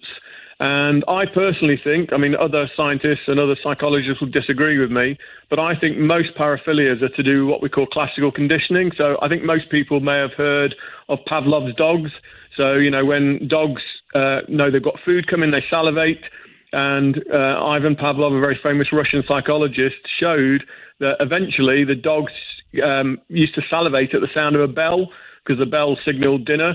And so I think lots of sexual paraphilias are where basically there's what we call an associative pairing between something that's sexual with something that's not sexual. So in the case of the eproctophile I just talked about, the American guy that I interviewed about this was actually, he said it was when he was about 10 years old, he really had a crush on a girl at school, and it was, he just idolized her. And this girl farted in front of the class, and in his head, he kept saying, I kept thinking, obviously he knew that girls farted, right, but he'd never actually heard a girl fart. And the fact that he just fancied and had a crush on this girl, in his head, there was an associative pairing between, if you like, sexual arousal towards this girl and the fact that she farted. And this kind of just played in his head for a number of years. And when he became a teenager, he then got into a situation where he realized he was really sexually attracted to farting. But of course, it's not something that you could actually kind of bring up in front of people. So he actually, one of his best friends, he actually took on bets that every time he lost a particular bet, his friend could fart in his face. And so he deliberately lost lots and lots of bets. But of course, his friend never knew or realized that his friend was doing it for sexual reasons rather than punishment reasons. And that was the interesting thing, is that he, Brad, this, and that's a pseudonym that I gave him, this American guy, basically said, in fact, he never considered himself homosexual particularly, but his arousal towards flatulence, if it was an attractive woman or an attractive guy, it was something that could turn him on. And he actually said to me, there's a particular sound of farts that he liked, a particular smell that he liked. And it really, over time, it developed to something very, very specific. Oh. It's wild that a specific sound will get him going. Right. That's wild. That is weird. Right. Even SBDs? About the sound, it said it had to be preferably through denim jeans. He didn't like people nakedly farting into his face. He talked about that the smell had to be really acrid sulfur. You need a filter. That's to say, don't spray it. Yeah. So I think with most paraphilias, it's amazing how specific some of these are. So for another case study in my book is somebody who had wedding ring fetishism, and this all started when he used to sit on the lap. He was kind of 7 or 8 years old, and he used to sit on his babysitter's knee, and he used to twiddle her rings on her fingers. And this, as I say, developed into something sexual when he got older. And he basically said that he couldn't make love to his wife unless he was actually twiddling her rings on her fingers while they were making love. And he said that there was a particular width of ring. It had to be between 8 millimeters and 10 millimeters. Had to be a kind of gold band ring. All very specific. And in fact, he was somebody who would actually go up to women in the middle of the street and go, "Oh, that's a lovely ring you're wearing. Can I take a photograph or a video of it?" And that actually became masturbatory material for him. I think I'm telling you is that most of these things do seem to be rooted in some kind of childhood experience. And obviously when you're 8 or 9, you may not be even aware in your head that these are sexual, but it's something that makes, children feel good while things are happening. And of course, these develop into adolescence and then into adulthood. Wow, wedding season, forget about it. Dr. Griffiths is on. He wrote the book called Sexual Perversions and Paraphilias, an A to Z. AJ has a foot fetish, and this is probably the most common of all fetishes, correct? Just girls, though. Yes. Just girls. Yeah, that's right. Foot fetishes are, even though they're, I suppose, if you take prevalence, the whole population, it's still fairly rare. It is actually amongst all the fetishes that I've come across, it is the one that seems to be the most common. And AJ, you remember where this started, right? It was with your grandmother's feet. I used to put my grandmother's feet all the time, yeah. Yeah. Yeah, when I was little. Now, did she ask you? No, I just would, So maybe you had this before then. That's where it started. Where do you think it started? Doc? Oh, sorry. I'm sorry. I don't know AJ at all. I mean, if he's saying but where do you it was something to do with his grandma. I mean, when babies are babies, they can stick their feet in their mouths. Do you think it could have happened then? I don't think it was that. It's like, hey, I like sucking my toes. I wasn't ambidextrous. I see what you're like. Is there a genesis moment, or is this something that people are born with? Do we know? No. I personally think this is all learned maladaptive behavior. I personally don't see a genetic basis for things. I mean, the name for foot fetishism is called podophilia. I mean, I don't personally think there's a genetic basis for podophilia. But having said that, nearly all the research that's done on paraphilias come from case studies, or it comes from people who have committed criminal acts because of their particular paraphilia. So what we haven't got are kind of representative studies. Lots of these things don't have kind of biological or neurobiological work done on them or look into the genetics of it.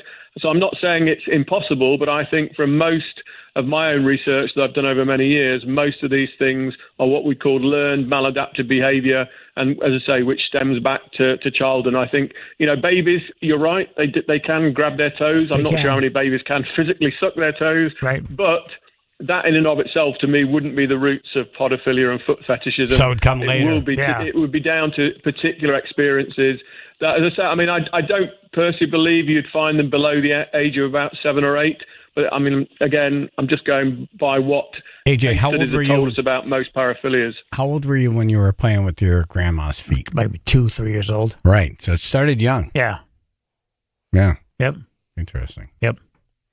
Been living as a girl from the neighborhood. So, Doc, this book, am I getting this book to be like, oh wow, or am I getting this book for information? Hopefully it's informative, but obviously some of them, the paraphilias I talk about, will bring a smile to people's faces. Some of them, people will just think they're completely disgusting or whatever. I mean, some of these obviously do border into criminal activities, whether it's necrophilia or zoophilia. These are things that are in most jurisdictions illegal, so there are criminal elements there.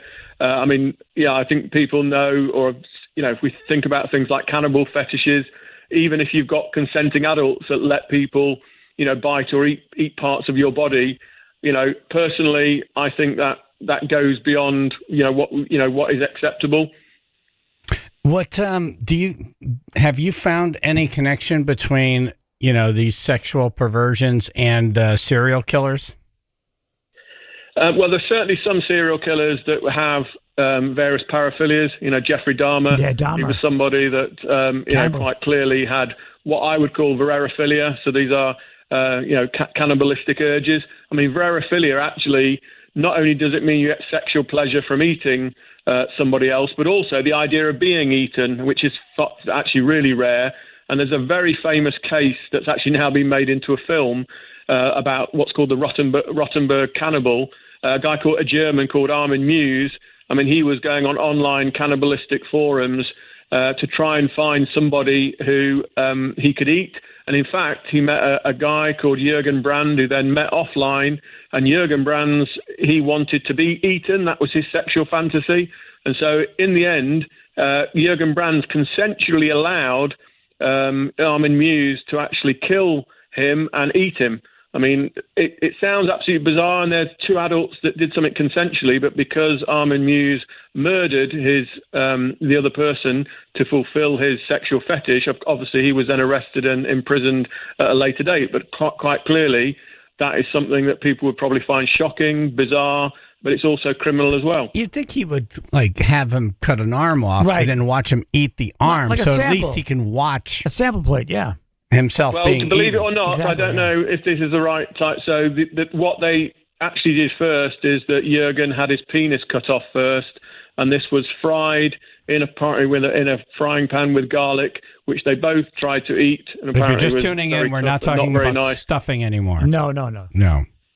So so in that particular case, it did start with a body part, but then of course, eventually he bled out, and then the next few weeks he was then eaten, or at least some of his parts were eaten. That's wild. Yuck. Hey, this is a great holiday gift for It is. some people. Right. Just to look on their faces. Yeah. Great stocking stuffer. Doc, thanks for coming on. We're linking up on the radio station website to your book, Sexual Perversions and Paraphilias and A to Z. Thank you, Doc. Thank you very much. Thank you. Thank you. He's perfect. He's just the facts. No smart. judgment. No, not going to make jokes. Just curious about how this works. Right. Yeah. Yep. That was insane. That was insane. That tutophilia. Before we take a break and go to Dumbass News, Matt and Milford, you were at the John Jones fight? Yes, I was. Nice. How are you doing? Oh, man. I'm envious. Yeah, same. Yeah, no, it was cool. I got me and I had two good buddies, a buddy and a girl. They got engaged, so we went for that, which was kind of cool. And I will say, it was way louder when Donald Trump walked out than even when it was when John Jones walked out. And there was twice as many people when Jones was there, or when Jones came out. Yeah, it's pretty insane. Yep. And the commentators, Joe Rogan and his two buddies, they didn't even know what to do when Trump came over there. Yep. They just stopped talking. Yep. Like you could hear them doing play-by-play, and then, of what's happening, Trump's coming out and all these people, and the place is going nuts, and it's very, very loud in here. Then as soon as he walked over to the table, they just stopped talking, and they were shaking his hand, and yeah. Yeah, and that's it. And then every fighter that wins, has to have a conversation with him through the cage. That adds to it. That's always cool. Yeah, well, John Jones did the dance. Yeah. That was great. Yes, yes, so he did. Funny. There was a lot of that in the NFL this weekend, too. A lot of football players were doing it. They do the golf swing and then the dance. Yep. Yeah. That was fun to see for sure. That kick, what was that like when that happened? The spinning back kick, well, I was in the second deck, and I heard it from up there, and then obviously the crowd took over, but you heard the kick from probably anywhere in that arena. That thing was ridiculous. Oh, wow. Oh. It looks bad. Hearing that makes it so much worse. Yeah, oh, my God.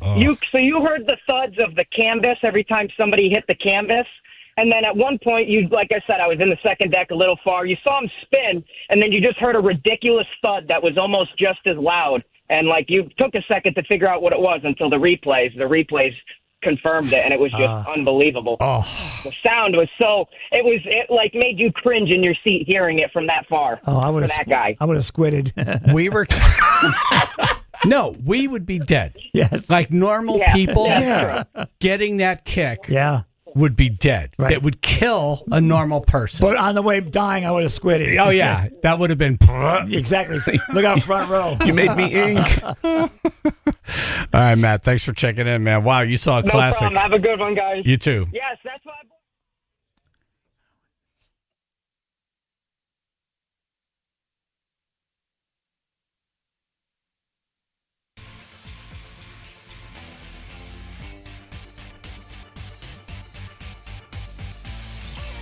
When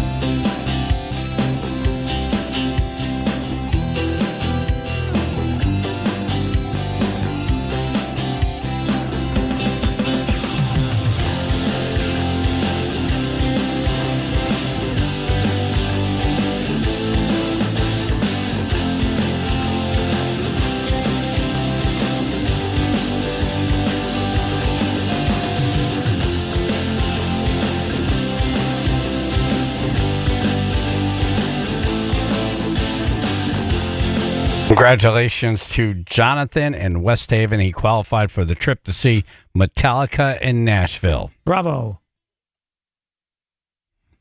99.1 PLR. Thank you. What? People being asked to log 3 days of farting. I get more than that. Do it. Why? I'll do the entire study. The Australian government released an app called Chart Your Fart. Wow.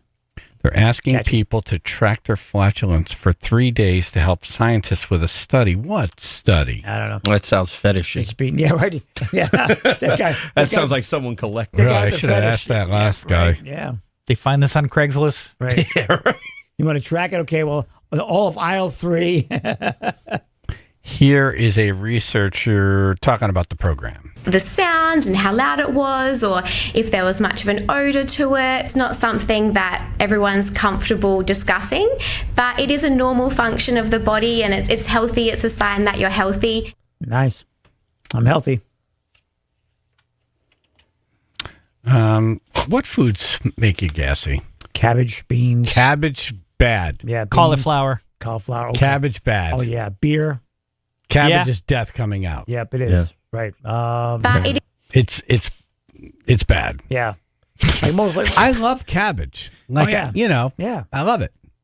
But I don't love it. Even it sounds like it was cabbage. Yeah, cabbage bad. What else is really gassy? Tacos. Like most of the menu. Tacos don't bother me. Most of the menus, most of the sauces and the grease and everything else all combined into one, little power pack punch. One death beam. They combine into one power pack punch. Exactly right. I don't want to be around for that. Brussels sprouts. Yeah. Yeah. What's like mini cabbage? Broccoli. That's like the Keurig of fart stuff. Broccoli smells like farts as you're roasting it. Yes. Yeah. Yeah, broccoli especially, yes. You just know there's no way that's going to improve later. Right. Yeah. That's not getting better going through me. Yeah, you put the broccoli. Chaz and AJ. Yes, good morning. This is Bedelia. How are you today? Good. Please hold. I just want to say, I guess you have to call about the Metallica tickets. Yeah, we have a winner already. Sorry. Oh, crap. All right. Okay. And by the way, the last interview was awesome, by the way. The guy was recognized you? Very interesting. It kind of freaked me out a little bit, and that's me. And I was like, whoa, kind of blew my mind a little bit. There's a lot of weird people out there. Okay, thank you. Thank you, bye. All right. Mike, Long Island. Hey, guys, how are you? Good. Good. Yeah, Brussels sprouts are the worst for me. Brussels sprouts. Yeah. Also dairy. Brussels sprouts. Dairy. What's that? It depends. Lactose intolerant people? Yeah, if you're lactose intolerant, A glass of milk, it's forget not about it. just that. It's Yep. everything. Yep. You'll move like a cow. Yeah, but I can't eat broccoli, Brussels sprouts, anything green, and those beans. Forget it. Like if I'm planning to have sex that night, there's no way that Right. I'm You eating any of can't. that. You have to kind of think all this out. It's like a kiss show. Where's my life going? Am I going to be, sitting at a concert with a lot of? I can't do it. Right. I got to plan all this food out. Oh yeah. It's not like when you're a kid, you could just do whatever. Now you gotta think ahead. Gotta think ahead. Imagine working as a librarian. I think eggs Yeah, too. but to me, Eggs. Brussels sprouts. Brutal. It's not that they thick and cause rich more. and It's just when they come too out much. later, they're bad. Yep. If I have an omelet, fine. If I have a hard-boiled egg, Right. death Stay is coming away. out. Deviled I eggs. could kill children. Deviled egg. I can't stop myself from eating the deviled egg. Deviled eggs are I can awesome. see a hard-boiled egg and be That like, too. I'm going to pass. Right. Deviled eggs I love. I eat those, and then later I'm like, I better hope I'm alone. Those will, Rotten eggs. those will propel you across a wooden floor. Oh, you could definitely get some airtime off Thank of you, some Mike. hard-boiled Seriously, eggs yeah. and deviled eggs. Al in the shed. Nobody's mentioned pork and beans. Come on, that's got to be the worst. Never bothers We me. mentioned beans, yeah. All right. Anyway, Yep. I mentioned them. I'll talk to you. Should he be painting a shed? What's he doing?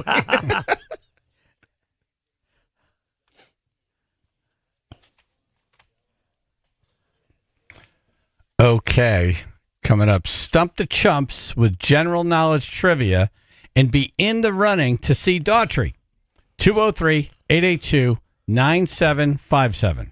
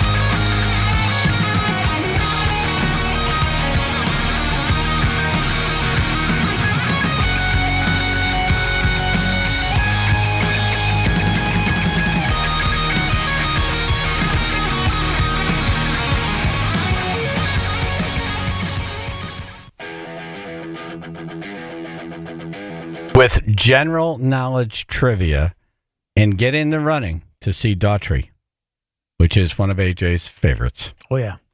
203-882-9757. I mean, you were rooting for him. Great voice. He didn't win, right? And you were mad about that. He did not win. No, he should have won. Yeah. Great voice. He's the only one I can remember Strong. from that season. He was like, as a matter of fact, didn't end up in the final two. He's like the third one. That's right. Third to last to go. That's right. That's when. That's right. I remember how mad you were. The look on his face was like, what the hell? Well, the look on America's face. Yeah.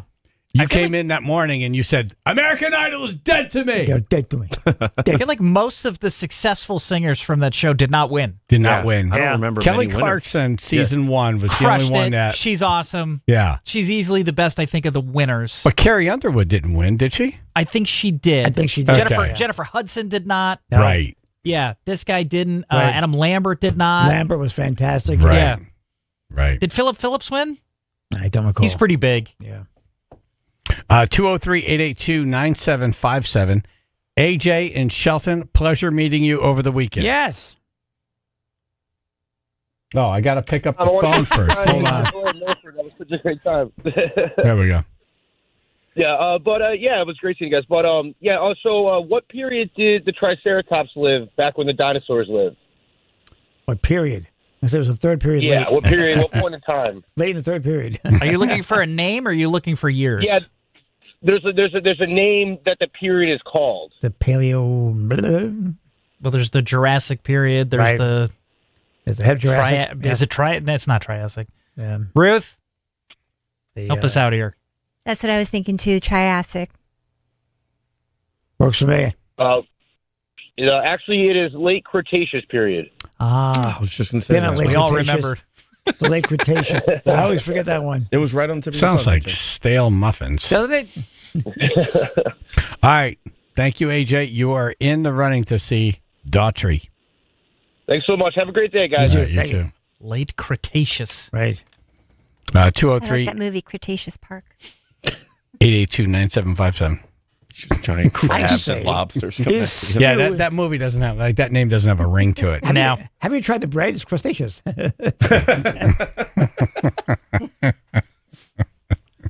That's kind of where I was going with my joke. Mine didn't land. Yeah. Yours did. Yeah. All right, Ruth, you got any questions? How many months of the year have 31 days? 30 days, half September, April, June, and November. Is there a song about this? Yeah. There is? Yeah. How's 30 it days- go? 30 November's got 30. I'm looking at it right now. 30 so it's days, not half November. September, April, June, November. Not November. All of us are 31 except February alone. Oh, okay. Yeah. But I remember there was someone actually recorded that song like years ago, like the 60s. So what's the answer? I don't know. He knows the jingle, just not the math. Wait, sing it again. Sing it again. 30 days, half September, April, June, and November. All the rest of 31 except February's alone. All right, so 6. Yeah. I just go 6. 6. No, wait a minute. Do that song again. Yeah. 30 days, half September, April, June, and November. All the rest have Is that 5 or 31. 6? Except February, so that'd be 5. Except 5. February alone. All right, so it's 7. Yeah, 7 months. Correct. Yeah. Correct. All right. That was the longest possible way to get to that correct I'm answer. not saying I got that song no more. I got it. But we got it. Stupid song. Chaz and AJ. Hello. Hello. You're on. What's your question? ¿Qué es esto? All right. Back to you, Ruth. All right. How many countries are in Africa? How many? Quite a few. 47. Does Toto mention this song? Do you know a song about this one? Yeah, is there a song about this? No. Sounds just like them. You're close, Is right? Mofongo a country in Africa? It sounds like one, doesn't it? It does. Maybe just a mofongo. What part of Africa did you go to? Mofongo. Mofongo. Don't know. 28. The correct answer is 54. Damn it. Oh, Phil was close with What did 47. you, Phil? Phil in Naugatuck. Bill Naugatuck. But what is the hardest natural substance on Earth? Natural substance. Oh, natural. Isn't it diamond? Damn it. You win. Damn it. No dollars for you. Nice. George? Yeah, hey, what's up, guys? Hey. What's happening? In Gladiator 2, there's no. a scene that makes absolutely no possible sense whatsoever, and it's been pointed out a number of times. How long has this movie been out now? Did it just open this weekend? It's pretty new. I think Yeah, it it's comes out pretty new. next week, this weekend. So it has. No, not I've come already out seen yet. it, so. Okay, you've already seen it. Right. This is private Yeah. knowledge. Because I was looking this up yesterday. It's not listed as one of the top box office movies this weekend, so I don't think it's officially not that, opened. It's not that great. It really isn't. Oh, no. I hear I can see why not great Russell things. Crowe passed on it. Well, But there's a his scene where character there's was a guy dead, no? sitting there and he's doing something, and it's not even historically possible. Yeah, it comes out on Friday. Yeah. Trying to get Uber? This is not general did you knowledge yet. download Sending it? it- You Is this downloaded it, didn't you? You watched this nefariously, didn't you? that's how I want to see it. I want to see it free at home. Right. Hey, you just got to know the right people. I don't know. What's the answer? Yeah, we can't tell Was he future. tweeting? The answer, there's a guy sitting down while they're talking, and he's reading a newspaper. Oh, that's annoying. There's no print. And the newspaper hasn't been invented. Right. The type hasn't been invented yet for like 1,200 years. Right. Wow, why would they make that mistake? I don't know, because they're idiots. No, like I don't those- think they are. I think that's they put that in for a reason. Does it matter to the movie? Like, is it a plot piece or is it just a guy in the background? Was he driving It's DeLorean? just a guy sitting there reading the newspaper. Maybe he's from the future. He's driving DeLorean. It's the final fly. fight. The Gladiator versus the future man. It's Doc not as Brown. bad as Game of Thrones Starbucks, but it's pretty bad. Right. Yeah. Or the pickup truck in the background. That was All right, thank you, George. Does that count? Is he in the running? I don't think the movie's out yet. No, I don't think that's general knowledge that's yet. private Not knowledge. general knowledge. How can we know that? You got us, though. I don't know. You Yeah. got to commit a crime to know that answer. We're crime free here. John in Enfield. What are the odds of getting a royal flush in poker? The odds. Wow. In my case, nil. I think it's multiple millions. It's way up there. Right. Like odds of it being dealt to you? I've had the flush yeah, like really. the number. One in how many? Right. One in. You got to give us some wiggle room on this. If it's like an exact number to the decimal point, we're not going to get that. 1 in 200,000. What's the answer? I was going to think more. 500,000 and a million. Yeah. It is an exact number though. And folks know this. Maybe. What's the answer? Poker a lot. What's the answer? 1 in 649,740. Wow. See? Jeez. I was going to say 50.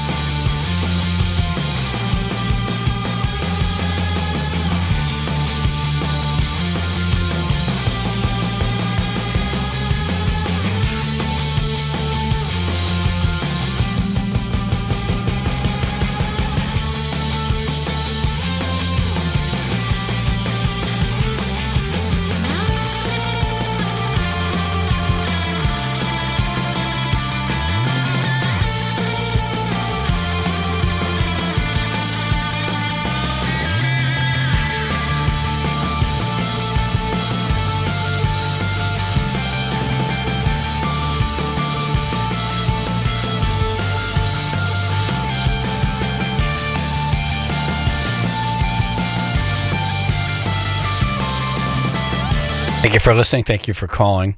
Had a great night at the Martyr family. Martyri. Martyr? Martyri. Yeah, Martyri. You got to say the E on the end. Martyri. The Martyri Family Arena. Yep.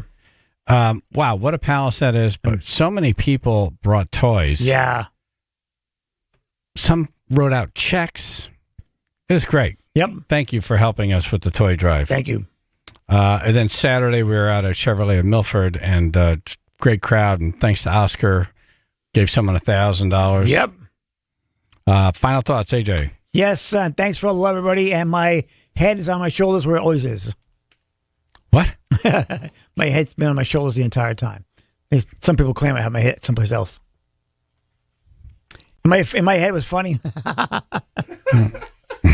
Sometimes jokes don't work, okay? I just feel like we're missing details. So many of you.